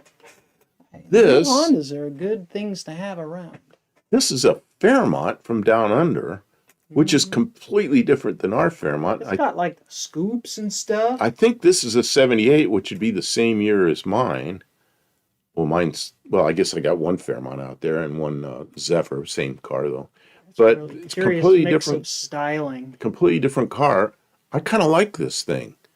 God, I'd drive that, and that's pretty nice. So, on Red Hornets here, I came for the V8s and the midriff. Okay. So anyway, it's a car I like, not a 73, but I liked it, so I brought it up. Tavo says, XC Ford Fairmont, upmarket Falcon. Okay, so upmarket Falcon, so what? It's got springs on the top above the upper control arms and big wide inner fender things, I guess, which I don't really like that structure. But it's kind of weird. They called that a Fairmont down under. Yeah, and it's I got think the in blue Canada they logo. had darts with Valiant front panels. Oh, really? Well, this one was in California, so I don't know. Carlos Bento. Good evening. Welcome in, Carlos. We're talking about cars, From New Zealand as well. and we're on to 1973 this week, and but these are Australian cars from one of our Australian viewers. Well, no, these are ones I picked up. oh, This these is, ones are Australian ones that you picked up. yeah, Okay. this is one I want to know. Of the Monaros, this was the one I really liked. It had the quad headlights. I don't know what year these were made, but I remember getting Australian magazines, Australian Street Machine magazines, way back, probably almost 40, probably more than 40 years ago. And because I was building radiators, and I'd get real slow, no business in the wintertime, and I was really busy in the summer. So I thought, well, it's our winter and summer is opposite. So maybe I'll build radiators for Australia. And I build hot rod stuff like I used to build a V8 Vega radiator and V8s for Ford Rangers and all these strange radiators that were just bolt in that worked. So I thought I'd build hot rod type radiators for the Australian market. And but by the time you get them in a container and ship them down there, you're off by a season. So what it would have done was made me even busier in the summer to get the stuff down there for their summer. So I didn't do it. But what I did do was I got all the Australian magazines, and Street Machine was my favorite Australian magazine back then. I remember seeing Monaros. Kevin got a HQ SodaStream Monaro. ad, so he gets 2 points. He says it's an HQ Monaro. When did they make this? Okay, so SodaStream. I'm not sure what a SodaStream is. Oh, you don't know what that is? What is it? It's a machine that carbonates your beverage for you. Oh, it actually is soda. Well, Okay. it makes the soda. Like you put. I thought like, it might be some computer application. No, Okay. no, it's for drinks. It's like a little like individual serving thing, so you can like make any flavor thing you want, and then and it makes it fizzy, I guess. I've never had a SodaStream beverage. Ah, here we go. Tao says again, LS being a trim level, base Monaro had single headlights. Well, see, I saw a lot of these with single Extra headlights, and I like them, but I really like this, and that would really look good, I think, with the back of the grill blacked out. But I remember seeing Monaro. The first time I saw these Monaros, I was like, oh man, I want one of those. But then, eventually we got the GTO up here, but that was decades later. Crash Road Runner Garage says he got a Credit One ad. Cool, B. Did you get 2 points? Thanks to Credit One. Tavo says 71 to early 74. So I am right in the 73 range here. Okay. Carlos says, gorgeous. Keep up the good work. Hey, we're trying. Kevin Smith says, redeeming my points. Where is my Studebaker? Oh. Uh-oh. He's coming for your Studebaker. Man. I mean, we could use the space. It's taking up good shed space right now. Get up good shed space. We'll do a will it run, Kevin. You come up here, we'll put it all together, we'll make it run, and you can drive it home. Did it run? Okay. I had it running like 2 years ago, and it's been covered since then. Oh, here's the one. one. The ignition problem fixed, so it gets spark. And I think the carburetor's still garbage, and it needs like wires. Definitely needs wires. Can you embiggen this? Embiggen it. Biggen it. That makes make it bigger. Olive won't like it as much if I embiggen it. Okay, this one is the one that they were talking about earlier. I don't remember who was talking about the pointy nose Grand Am, 73 Grand Am, and that's actually a 74. But the does it say 74? It says 73, but that one's a 74. But it's very similar nose. But it was it's what I used on the thumbnail this week for this show. So I really like these. I think that was, and I like driving them. They had big sway. If you got the one with the big sway bar in the back, they handled really quite well, and it was a pleasant car to drive. Man, I don't know why I didn't buy one of those. I bought 74 Matador instead.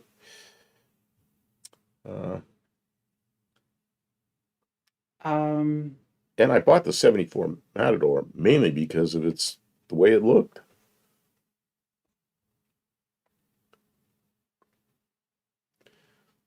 Okay, let's see. Mexican Spec says, wasn't Kevin the one printing his own Kim points? Allegedly. Counterfeit He's Kim diluting points. the market. Counterfeit Kim points. Oh, here's another one from 73. Oh, yes. I had a lot to do with these things. You know how many engines I did from those? I lost count. The engines were so bad in these things because there was people always say the seals went out, and they always thought it was the apex seals. But it wasn't the apex seals that go bad. It was there was an O-ring between the combustion chamber on the rotor housing between the combustion chamber and the water jackets. So what happened is down near where the combustion chamber is, that would burn, and it would come the coolant or water into where the combustion chamber is. When the rotor would come around, of course, the water wouldn't compress, so the engine would lock up, and then that was the end of the car. They'd let it sit there.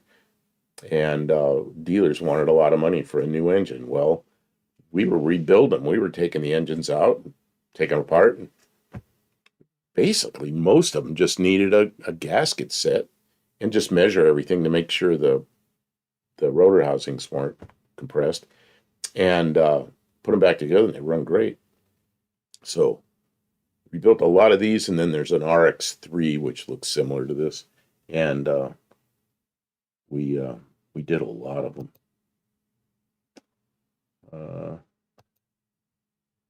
And those things, this 70 cubic inch engine, I mean, those things are rip for a 70 cubic inch engine. Oh, here's another one. This is 73 Challenger from Buddy Carfano. You know what I see on the used market a lot? I mean a lot, are used Challengers with reconstructed titles. Man, are there a lot of them. A lot. Like every one on the market was either stolen and reconstructed or wrecked and reconstructed. Every single one. Look at this. Go ahead. RX2. Tahoe RX2, very unwanted down under in their day. Same thing here. Nobody wanted them because they broke. But we were fixing them we could have the engine out, two of us working. We'd have the engine out in 20, 30 minutes, scatter the thing. We just get on the ground. The guy I worked with, he goes, just get on the floor. And he'd just go around a circle like this, take it apart, figure out what parts it needs, call a customer, let them know what it was going to take. And it was usually a gasket set, very rarely anything else.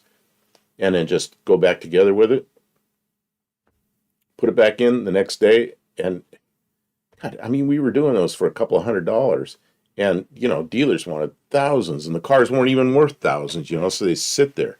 Hey, this So- is a Mexican spec car. Yeah, this is Buddy Carafano sent this picture in, and he says Rambler, and I'm thinking, no, that's an AMC, It's and a I'm Vam. going, no, wait a minute, it is. It's a Vam Rambler. It's a Mexican. He actually sent in a Mexican spec car. So JB says Snap-on Taco Wagon. Oh yeah, that was what he might be behind. That's what Dougster bought. Yeah, we were showing pictures of Dougster's taco wagon Daniel, like I'm having way earlier in the stream.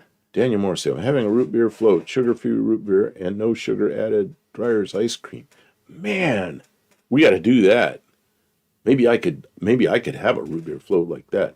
I guess companies can't put ice cream on the container because FDA says it has to be 10% dairy milk fat. Yeah, there's probably some rules like that, and I remember reading about that stuff. But so most of them say, what do they say now? They say frozen. Dairy delight. Yeah, something. They make up some name that's not ice cream. Yes. Technically, it is. That's the Saber said, droopy face Challenger. That was the last one I showed. The droopy face Challenger. Yeah, the best of that body style was the first year was 70. And a lot of times I think that's the case, is the first year is the best, and then as they make it better, they actually make it worse. Occasionally that's not the case, but so anyway, where's Mexican Spec? He's probably watching somebody else. Cabo says, never sick of saw us. the Hornet wagon down here. A couple of private imports did make their way later. Yeah, here that would in the U.S. that would have been a Hornet wagon. In Mexico, where this one is, it's a VAM, VAM, VAM. I'm not sure which it is. VAM, Rambler American wagon. Basically the same car built in Mexico. So Mexican spec says that looks like mine. It is yours. It is. It even says Mexican Buddy spec. Carafano sent me a bunch of pictures that he got off the internet Got the of Mexican 1973 cars. We're And he ripping you off, sent a Mexican Mexican spec. spec car. See, he was making chocolate See? pudding. If you want this car, get a hold of Mexican Spec, and you can probably have this car, because it's and the first thing I do is take off those overrider bumper things. But other than that, No way. That's against the law. well, there's something they add on in Mexico. But I don't know. Maybe that's a thing. Mexican Spec, we bought a 5-gallon bottle of water on Friday, and we have about a quarter left. Buddy Carafano, here's another one. Oh, this Senior and Sons, Mike says, evening everyone, sad night for me. I found out I lost a 20-year friend. no. Never met, but we're Mopar brothers. Rip Michael Pierce of Arizona. Man, another one. Sorry That's for what your happens. loss. You start getting older. Yeah. So this is another one from Buddy Happens when you Carafano. keep getting older. Not everybody makes it. I'm sorry. $21,000 Saab Sonnet. Sub Sonnet. Sonnet. Some people say Sonnet. What kind of some people motor say is in Sonnet. that? V4 Ford. Oh, I see. And see, I have that friend that I sat next to in high school drafting class, and he designed cars, and I was designing cars, and I somehow ended up doing airplanes way after high school. But he went right into it. Well, he went in the Army for 2 years, and then he went to used his GI Bill and went to the Art Center in Pasadena, which is where you learn to design cars, body design. And he went to work for Saab for 2 years, and then he went to work for Honda for most of his life. And he's an interesting guy. Now he's retired. He lives in Oregon, and he has a business where I don't know if he still restores these things, but he has parts for Saabs and a lot of these cars. So he's if you looked him up, just Saab Auto Parts in Oregon, you'd find him. And so this was a car that he really liked.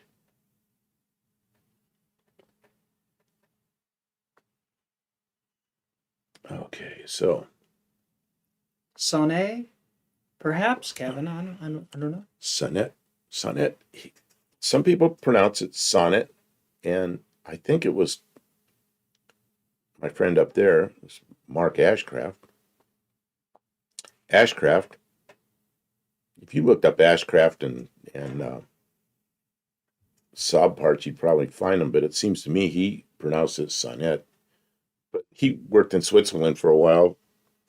Not Switzerland. He worked in Sweden for a while. At the Saab, Saab design for a couple of years. Tavo says he has a 6,000-gallon water tank, rainwater tank, and a 5-micron filter. 6,000 gallons is a pretty big tank. What's it rain once a year? Who has this? Who has this? Tavo. Tavo. You're not reading the comments. Well, no, I'm trying to look at this and yeah. So, Right there.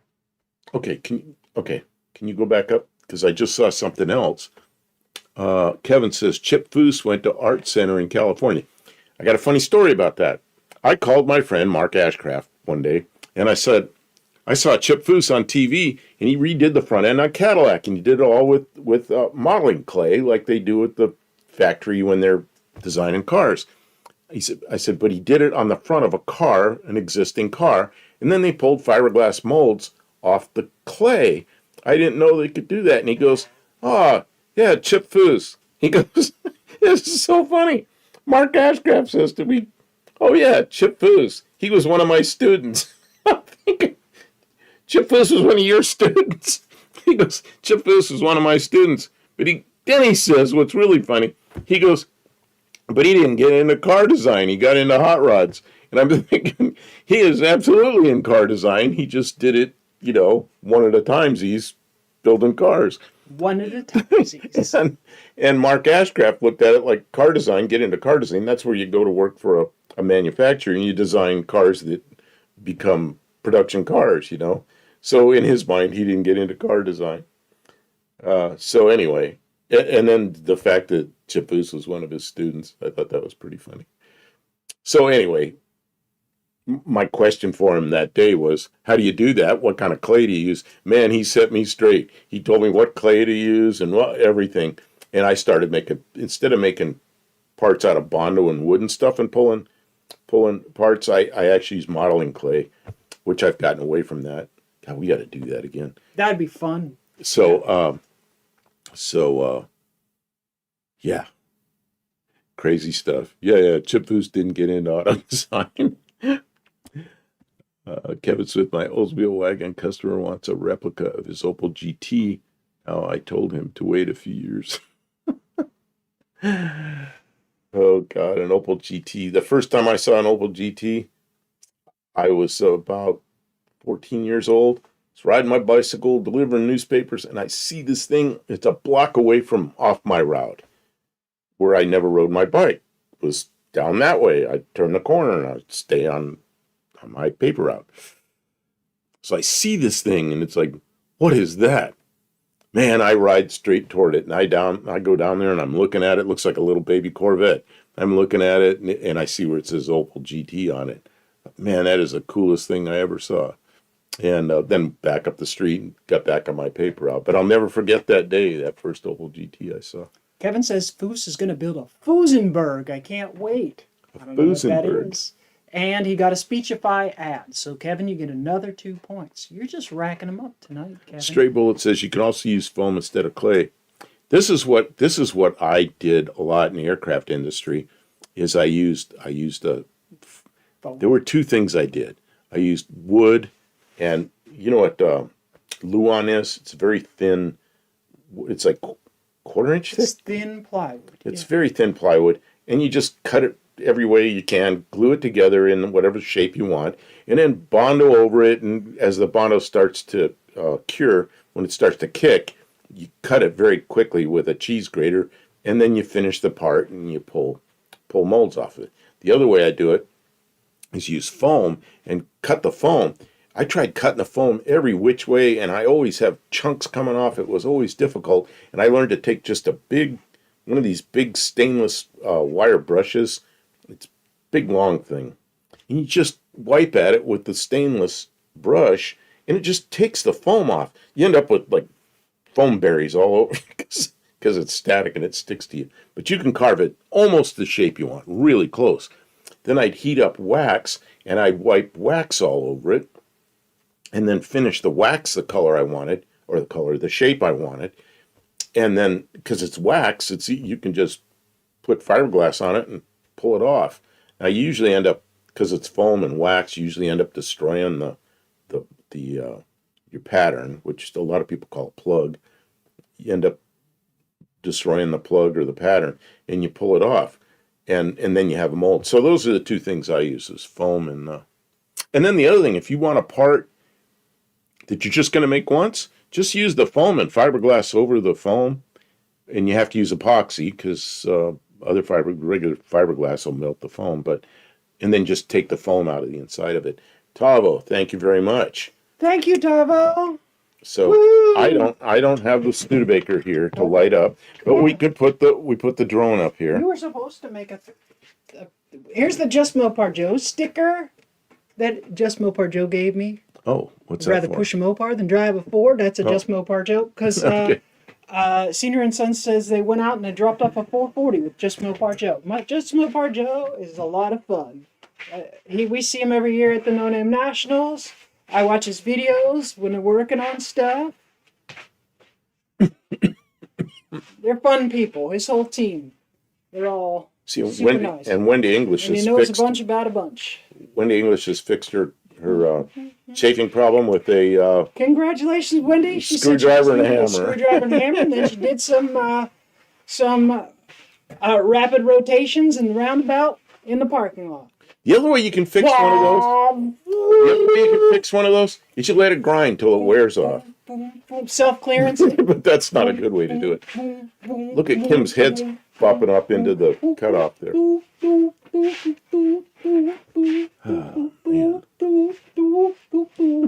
see, and Luis says, dance, hooray. He's waiting. Yes. Kevin Thank you, Smith, Tavo. Oh, We don't get a lot of financial support from viewers like you, so we appreciate it. Thank you. and then Kevin Smith says, Luan plywood, yep, we use that a lot in the cabinets. Stray bullet, you can cut the foam with a hot wire. We have a hot wire. We have several different cutters. Oh, yeah, we have you do. narrow ones. We have long ones. We have a big, like a guillotine thing. But We need to finish Del Camino thing so we can do more different with stuff. foam, because I want to use the hot wire cutter to build a cap or a camper shell or whatever you call it. Oh, that's right. And remember, what were we cutting all that thin foam? We took thick foam and we put a hot wire across a table and we were running a thick foam around. You wanted thin pieces to So coat with fiberglass, but we never really did anything Yeah, I don't with it try to after that. What was that project for? We cut all these thin pieces of foam with a hot We start wire. things and then never finish them. But so anyway, I did. If you're in the aircraft business, you learn to make things out of foam with a hot wire cutter. All the leading edges on my wings were hot wire cut foam, and then a lot of guys put fiberglass over it. I bonded aluminum over it, so it was a composite aluminum and foam. Strong, you can't believe how strong that is. And then you can polish the aluminum. It looks really good. And you bond the aluminum to the foam with a urethane adhesive. It's incredible. And the urethane adhesive doesn't fail. The foam will fail. The substrate will fail. So you just have to make sure you get it enough. And then, of course, we load tested everything. Oh, Kim's here. Welcome in Barrow's Garage. And Senior and Son says, the happy dance makes me smile inside. Well, you're welcome. I was smiling inside with the dancing.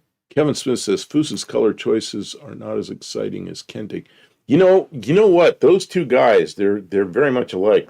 Except I think Foos is way better with his renderings. And Kendig, of course, man, I mean, they've done some incredible work. Some of it's just amazing. One of my favorites they did was that 60 Cadillac with all the copper. It was a 60 Cadillac, and they had copper inside the wheel wells and the chrome was chrome and copper. That's just one of my favorite cars ever, and that's a Kendig car. Senior Sons, Kim's dancing makes me smile inside. Thank you, Kim. That's the super chat dance. Suspect high barrows.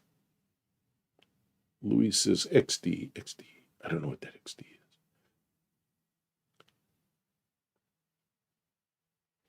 Barracuda and removes door handles. 2 dozen. Kendig has actually a door handle kit, I guess you can buy. That's his style of door handles. I'm not so interested in the removed door handles. I don't know. I don't mind having door handles. What I don't like is missing door handles. These Kendigs it's a kit where you put a cool looking door handle in. But what I don't like is cars that have electronic door openers. You have a dead battery, you can't get in the car, you know. And then the hood latches inside, so then you're scratching your head. Hippie UT need more pistachios. Oh my God. He sends us, Hippie Wong sends us pistachios. So Too generous. Big boxes of these little bags. So you think, I'm just going to have a little bag. That's not very much. And then about a minute later, it's like, get another little bag, a little bag, and another little bag. And wait a minute, I ate too many little bags and I feel like crap because my stomach is full of pistachios. Yeah, they're really good, but in moderation. They're so good. Wendy asks if I'm letting my hair grow out dark. You know, since I moved here, I don't know anyone, and it's very expensive to have hair dyeing done. She did it herself, and it turned out really good. And Yeah, but you can only do it yourself so many times before you really need someone to do a good correction. I'll do it. Yeah, so that's why it hasn't been done.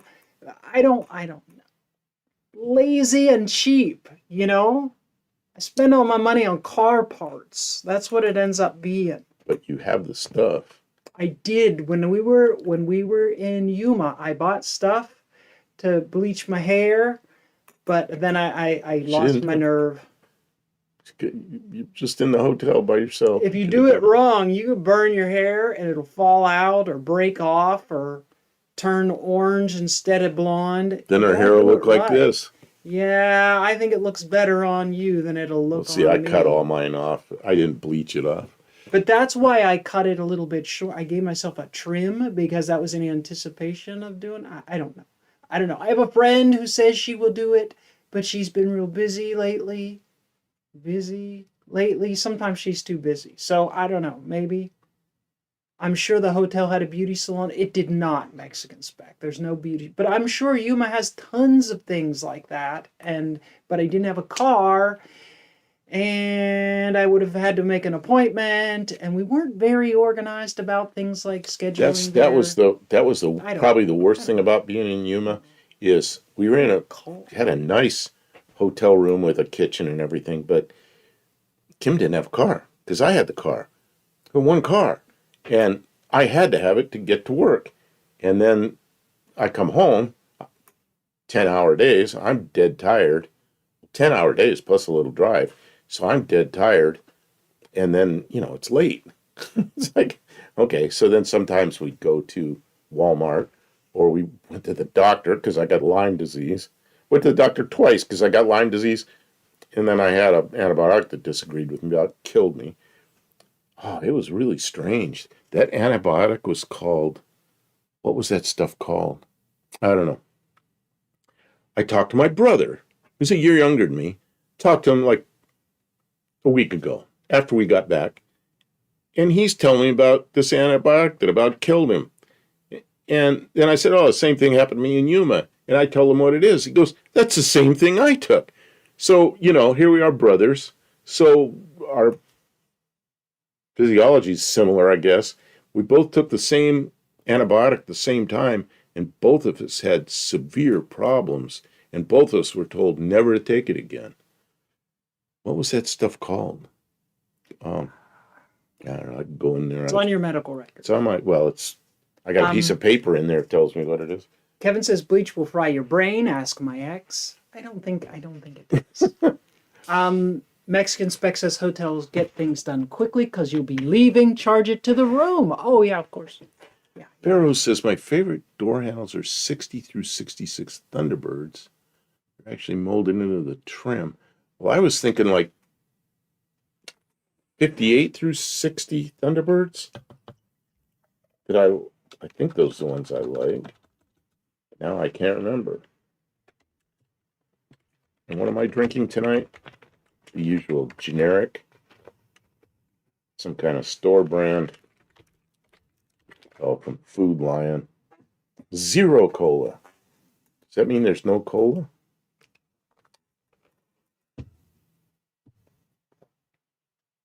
They don't have rental scooters in Yuma?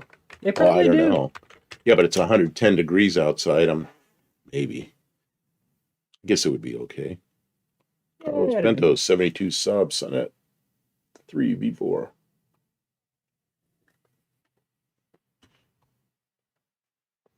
Right there, a 61 Ford. See that one? That's the full-size Ford. I like those too, because that thing goes all the way back, and that's the little fin in the back. That's the one. Actually, that's the one I was thinking of. Was the 61 Ford. Okay. I really like the 61 Ford, and I like the old push-button door handles, but I don't know. Everything's gone to, and the AMC door handles from the 60s that were flush, or from the 70s that were flush, and they had a little paddle. You got another SodaStream ad, Kevin? You get 2 points. SodaStream is... Maybe someone's going to gift you a SodaStream for your birthday or for Christmas or something like that. Put it on your Amazon wish list, Kevin. Can you look up Vauxhall V-Locks and Cresta rear door handles? Tavo is talking about those. Let's say 1960. Then he says late 50s, early 60s. So 1960 Vauxhall V-Locks rear door handles. Let's see what that looks like. I have no idea what that looks like. And then, while she's looking that up, we're going to decide what your car we're going to do next week. Oh, just look up the car, and then we can look at the door handles instead of looking at all the pieces and parts.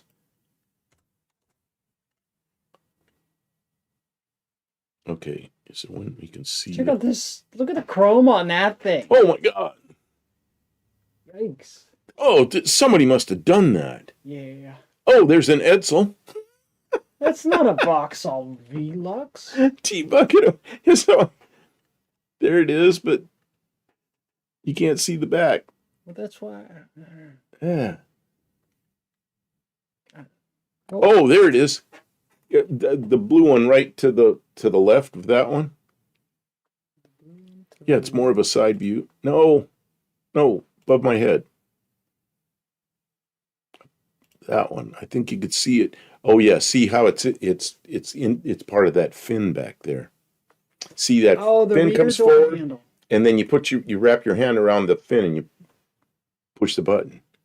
That's kind of like the 61 Ford, similar kind of thing. Yeah, that makes sense. Everyone's getting SodaStreams tonight. And you get a SodaStream. And you get a SodaStream. And you get a SodaStream. Everyone gets a SodaStream. I guess they're sponsoring us. Sponsored by SodaStream. I'm happy with that. Use our Amazon discount code for SodaStream. The link in the description. Oh, Buddy Carfano sent it in. He sent it in. Oh, the thing that we were talking about? This is the car. Thing that we were talking about. This is the car. I'm sorry. This is my job usually to... It's a 60 Cadillac. It was done by... Kindig. Kindig. Oh, the copper one? Yeah, this is the one that had all the copper parts in the grill and the copper in the wheel wells. Yeah, I think that... And that car... I mean... That picture doesn't show it as well. That was quite a car. It was doxycycline. Doxycycline. That was good stuff. It was Who awful. wrote this? Daniel, you might have taken doxycycline. We did not agree with him. And then the next was Cephir, whatever that one is what they gave me the second time, which, man, how did you know this? Dr. Daniel Morrissey. Well, he's a barber, so maybe he's into bloodletting and antibiotics. So anyway, so doxycycline about freaking killed me, man. It was bad. I started feeling, I had no feeling in my legs, and not like they were numb. It's like they weren't there.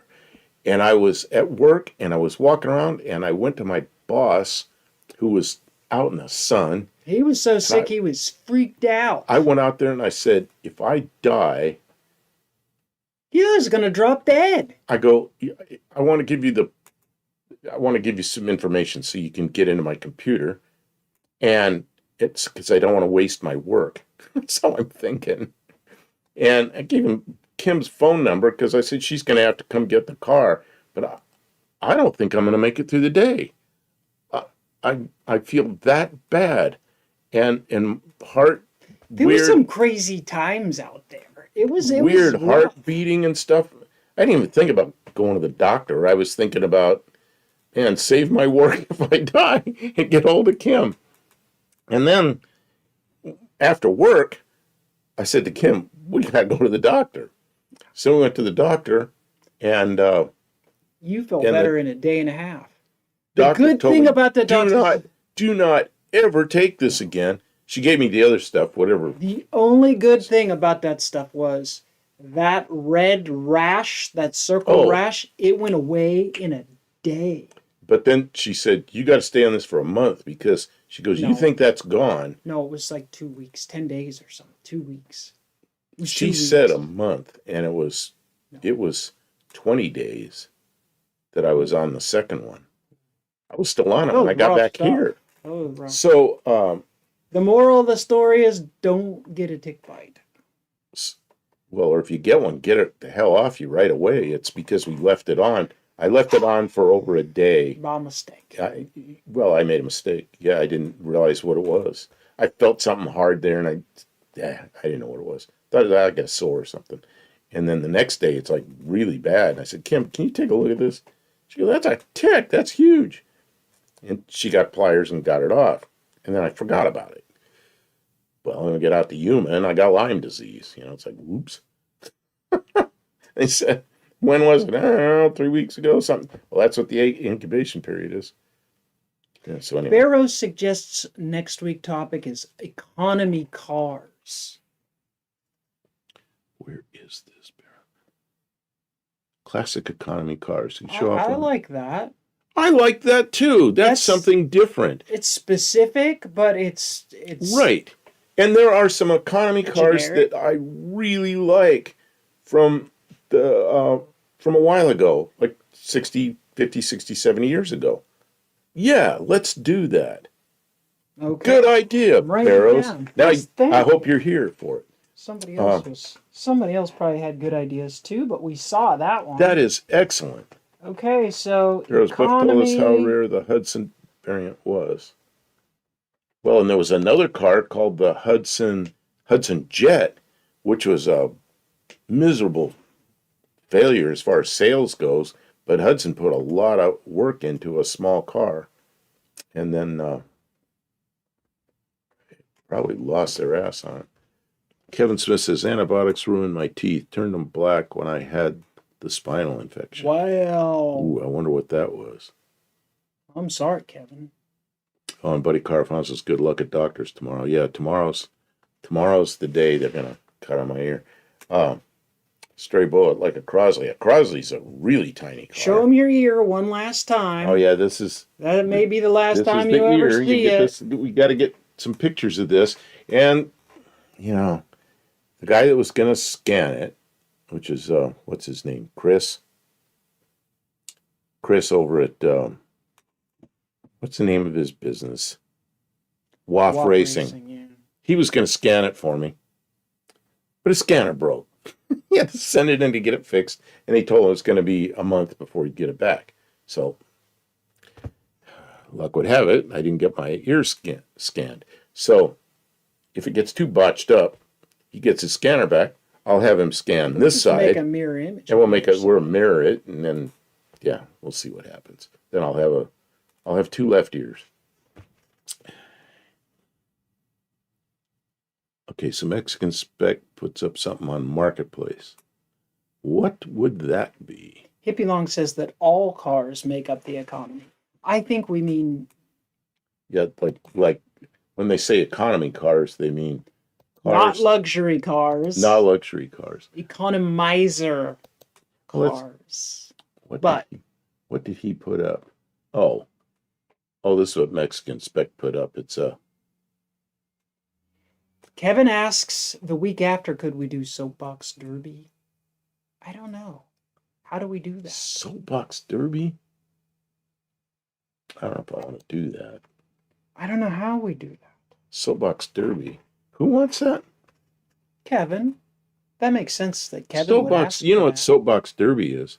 It's something that kids do. It's a car that rolls downhill, and they start them by a thing that lets them both go at the same time, and they race. And they have specific wheels they have to use, and they have to weigh a certain amount. All this, there's all these rules, and they do it every year. And you end up, if you win in your area, you end up going to Ohio, and they have a final races. Now, I'm not sure they're still doing that. Bluebird says Anna's dog had an exploding tick on it. Oh, that's awful. I'm so sorry. Our dogs here used to get.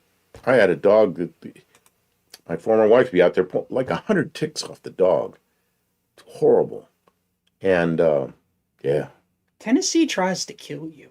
Tennessee, this area here is really bad for the ticks. Really bad.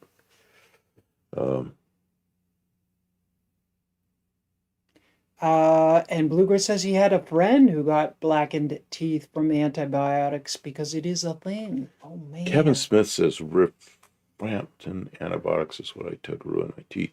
I've got to remember that. I don't ever want to take that. Different people,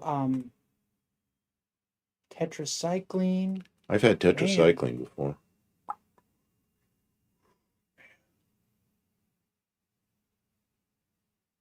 Barracuda's had an aching back since he was a teenager, which was a while ago. Yeah. Who said this? Barracuda. Barracuda, okay. Kevin's always thinking, yeah, Kevin's the model guy, so it doesn't surprise me. You can ask. I don't know. We'll see. Talk about it. Kim's had back problems her whole Oh, life. gosh, I've had surgery. It's terrible. Surgery on her back and her neck, and they worked on the back of her neck, and they went in from the front. And then the last time I took her, and they did something on the back of her neck that was supposed to relieve the pain. And she said for 6 months, she goes, it was a mistake. She goes, the pain's worse than it was before I started. But then after 6 months, now she's saying, maybe it's the same as it was, maybe it's a little better, but she isn't sure. So I don't know if that was worthwhile surgery. Till we find out scanning ears causes ear cancer. If that feeling like your legs are not there is called paresthesia. Very rare. It's how nerves send messages to the brain. It's rare but known. Man, I was walking around. It was like clop, clop, clop, clop. I'm making my legs move. I can't feel them. I got another guy, what are those things? Like a Kawasaki mule. And he drove me out. This guy's out in another area. Drove me out there because I knew I couldn't walk that far. And I told my boss, I said, I don't think I'm going to live through the day. There's something dreadfully wrong. But I want you to be able to get into my computer so I don't lose my work. Every day at the end of the day, I give him everything at the end of the day that I'd done. So that way we always had 2 copies. I was writing some software. So I don't want to lose my work. There was too much work in it. So I said, if I die, you save this. Jeez. Talk about a screwed up way to think. You weren't thinking clearly. It was. Most people would be thinking about, man, I better go to the doctor and I better get a hold of my girlfriend. Instead, I'm thinking about saving my work. Buddy Carfano asks, does anybody else make wood race cars in Boy Scouts? My brothers, I remember them carving those things out. Pinewood Derby. Pinewood Derby. Yep, Kevin I Smith sure did. says Soapbox Derby is next month here in Akron. It's a big deal. Yeah, that's we'll what. get some pictures, and we want to, even if we don't make it the topic for the whole night, we definitely want to see pictures. Are you close enough to get some pictures? That'd be cool. Automotive because Jason for sure. When I was a kid, they used to cover it on TV. Was the Soapbox Derby every year, and I think they did it on ABC's Wide World of Sports, which always came up 2 weeks after the event. Same thing with they cover the Daytona 500 and all these races, but it always was 2 weeks later. You get to see it on Wide World of Sports, and they did cover the Soapbox Derby, and that's how I knew so much about it. Was God, that was over 50 years ago. That's over 60 years ago. I was to watch it. So it's probably very similar now. Mexican Specs wants next week to be cars from 2073. If you have any pictures of cars from 2073, you can send them in, but we're using economy cars as the topic next week, Mexican Specs. Economy cars would be like, okay, I'll tell you my favorite from back then. I don't really have a favorite. Man, the 1960 Falcon with the 144 engine in it. What a great little car that was. And the other one, of course, is the Road Toad, the 1960 Valiant. What a great little car that was, you know. And some people think they're kind of weird, but I think it's really a great looking car. You know. Let's see, Senior and Sons, thanks for the good words tonight, making me smile. Mikey's time to hit the pillow. Good luck tomorrow, but thanks. Yeah, get some rest, Mike. We have to be up super, super early for this. Auto Salvage. Hello, Auto Salvage. How's everyone? We're doing all right, I think. I got a cut on my ear tomorrow, so I'm a little bit. You going to the doctor. I think I'm going to be okay. Lopping that ear off. I hope they don't. I see what they had some cancer on this ear. It looked like a little rope hanging down, and they cut it off. And they said, well, now they're going to go take a little more, and they're going to do, what's it called? Some kind of a process where they take a little off and they make sure it doesn't have cancer. If it does, they take a little more off. And if they keep taking it off till they get it all. So I'm thinking, I don't feel anything else there. I'm thinking there isn't anything there. But then... Do they irradiate you? No, they just take some off until they make sure they have it all. Well, you know, if there's some in there, even in my ear, they could take quite a bit. So I'm hoping this goes quickly. Well, they already did a biopsy, and they know that it's something they have to look at more closely. Right. So, and instead of like doing another biopsy, and they do it on the spot. They inspect. It will let you know how it goes. Yeah, there's a name for that process. And if he makes it home. If I make it home. You're driving me there, and you're driving me back.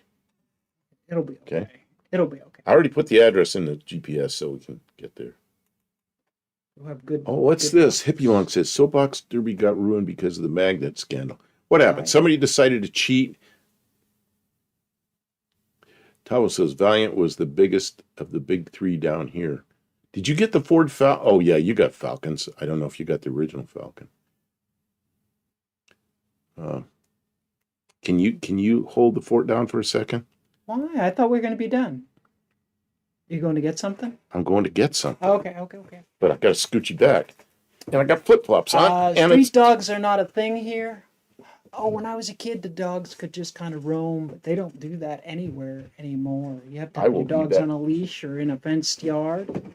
The neighbor has that invisible fence. Electronic leashes. Yeah, the neighbor's dog will not leave. Will not leave. It knows. It's got that radio fence on its neck, I guess.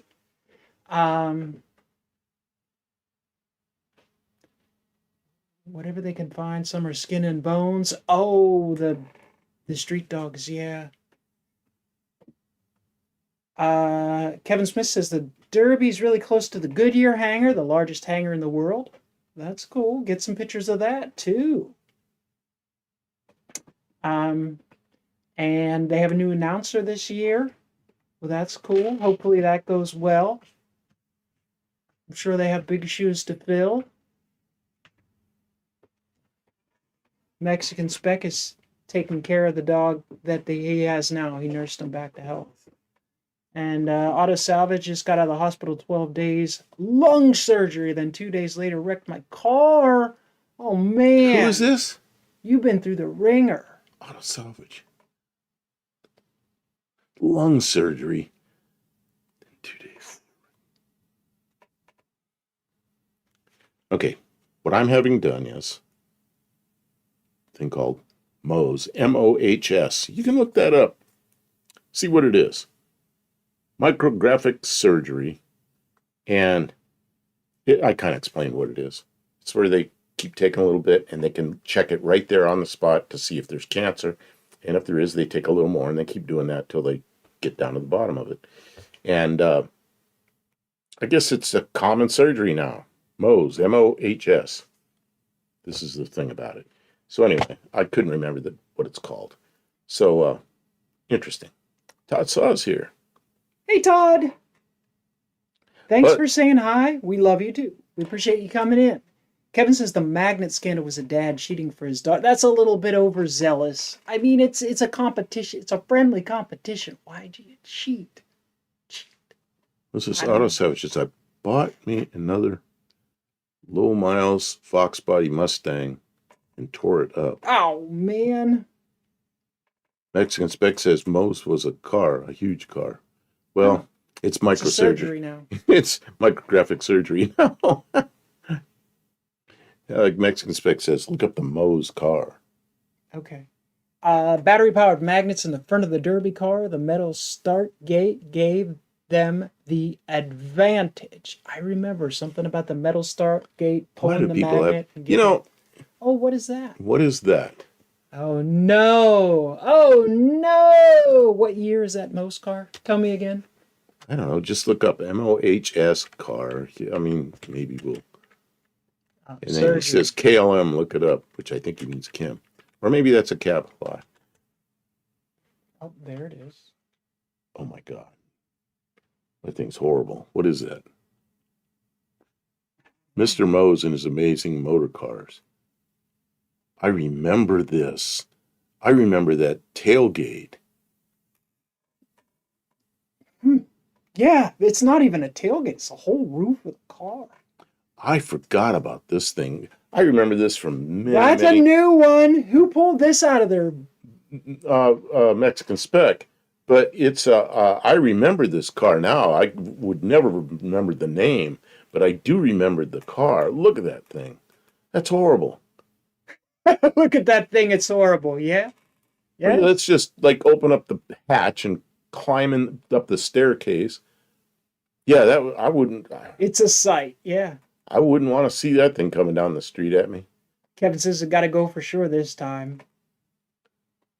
Well, I hope my ear doesn't look this bad when I'm done. There you go. It can't look worse than a Mohs. Makes the airflow. Okay, so next week we're doing economy cars. Old economy cars, like 50s, 60s. No, it can be any economy car that you feel. Don't just send us 50 random economy cars, though. Send us one that you like, one that you hate, one that you have a history with. So your mom had one, your brother, your uncle had one, you fixed one, you wrecked one, something that has a story. So a Ford Ka is an economy car. Right. But it's kind of new, you know? You could send it if you wanted, if that was the thing that you feel is the most interesting. Look at this. Inspector Bruce, I'm having Mohs surgery on the back of my left leg at the end of July. I had a dime-sized skin cancer removed. Okay, well, wow. So next we'll week, let you know if it's nice. Next if it's week, fun. we will report on what it's like. Yeah, we'll get back to you. You'll know exactly what to expect. Here we go. Same thing. Man. I owned a couple of them Chevettes, Todd saw. Ooh. Ooh. That car's been in my head for 45 years now. What the fuck is that? That's some guy's dream car. He thought that was the thing and built it. Oh my God. Oh, 1973. It's our year. It's 1973. Perfect. Huh. All right, everybody. Yep. Oh, I had a Hyundai Excel too. That was economical, Economical. I guess. Okay. So next week, Yep. older economy cars. Thanks, everybody. You've made it to the end. If you're still here, you get 3 points. Thanks for hanging out with us. Thanks for all the conversation, for all the people who sent in pictures. We really appreciate it. And I'm sorry if we missed your comment or you were not able to follow along with the topic that you had brought up. We'll do our best to try and follow along. We will be in the shop on Thursday, as long as they don't like chop his head way off. And I think my prediction is they're going to take a tiny bit off the bottom of my ear. They won't even show. That's my prediction, but you never know. it's just his ear. He's got 2. He'll be all right. I'm going to make him work on Thursday just so he can tell you about the experience. He'll have a big thing, and he'll be eating popsicles. And I'll let him just sit there and not do any work on Thursday. Well, you They cut him. get a popsicle if you get Mohs surgery. Yeah, well, You get a after surgery, popsicle. so what did they give you? Jello after you go to when you go to the hospital? Anyways,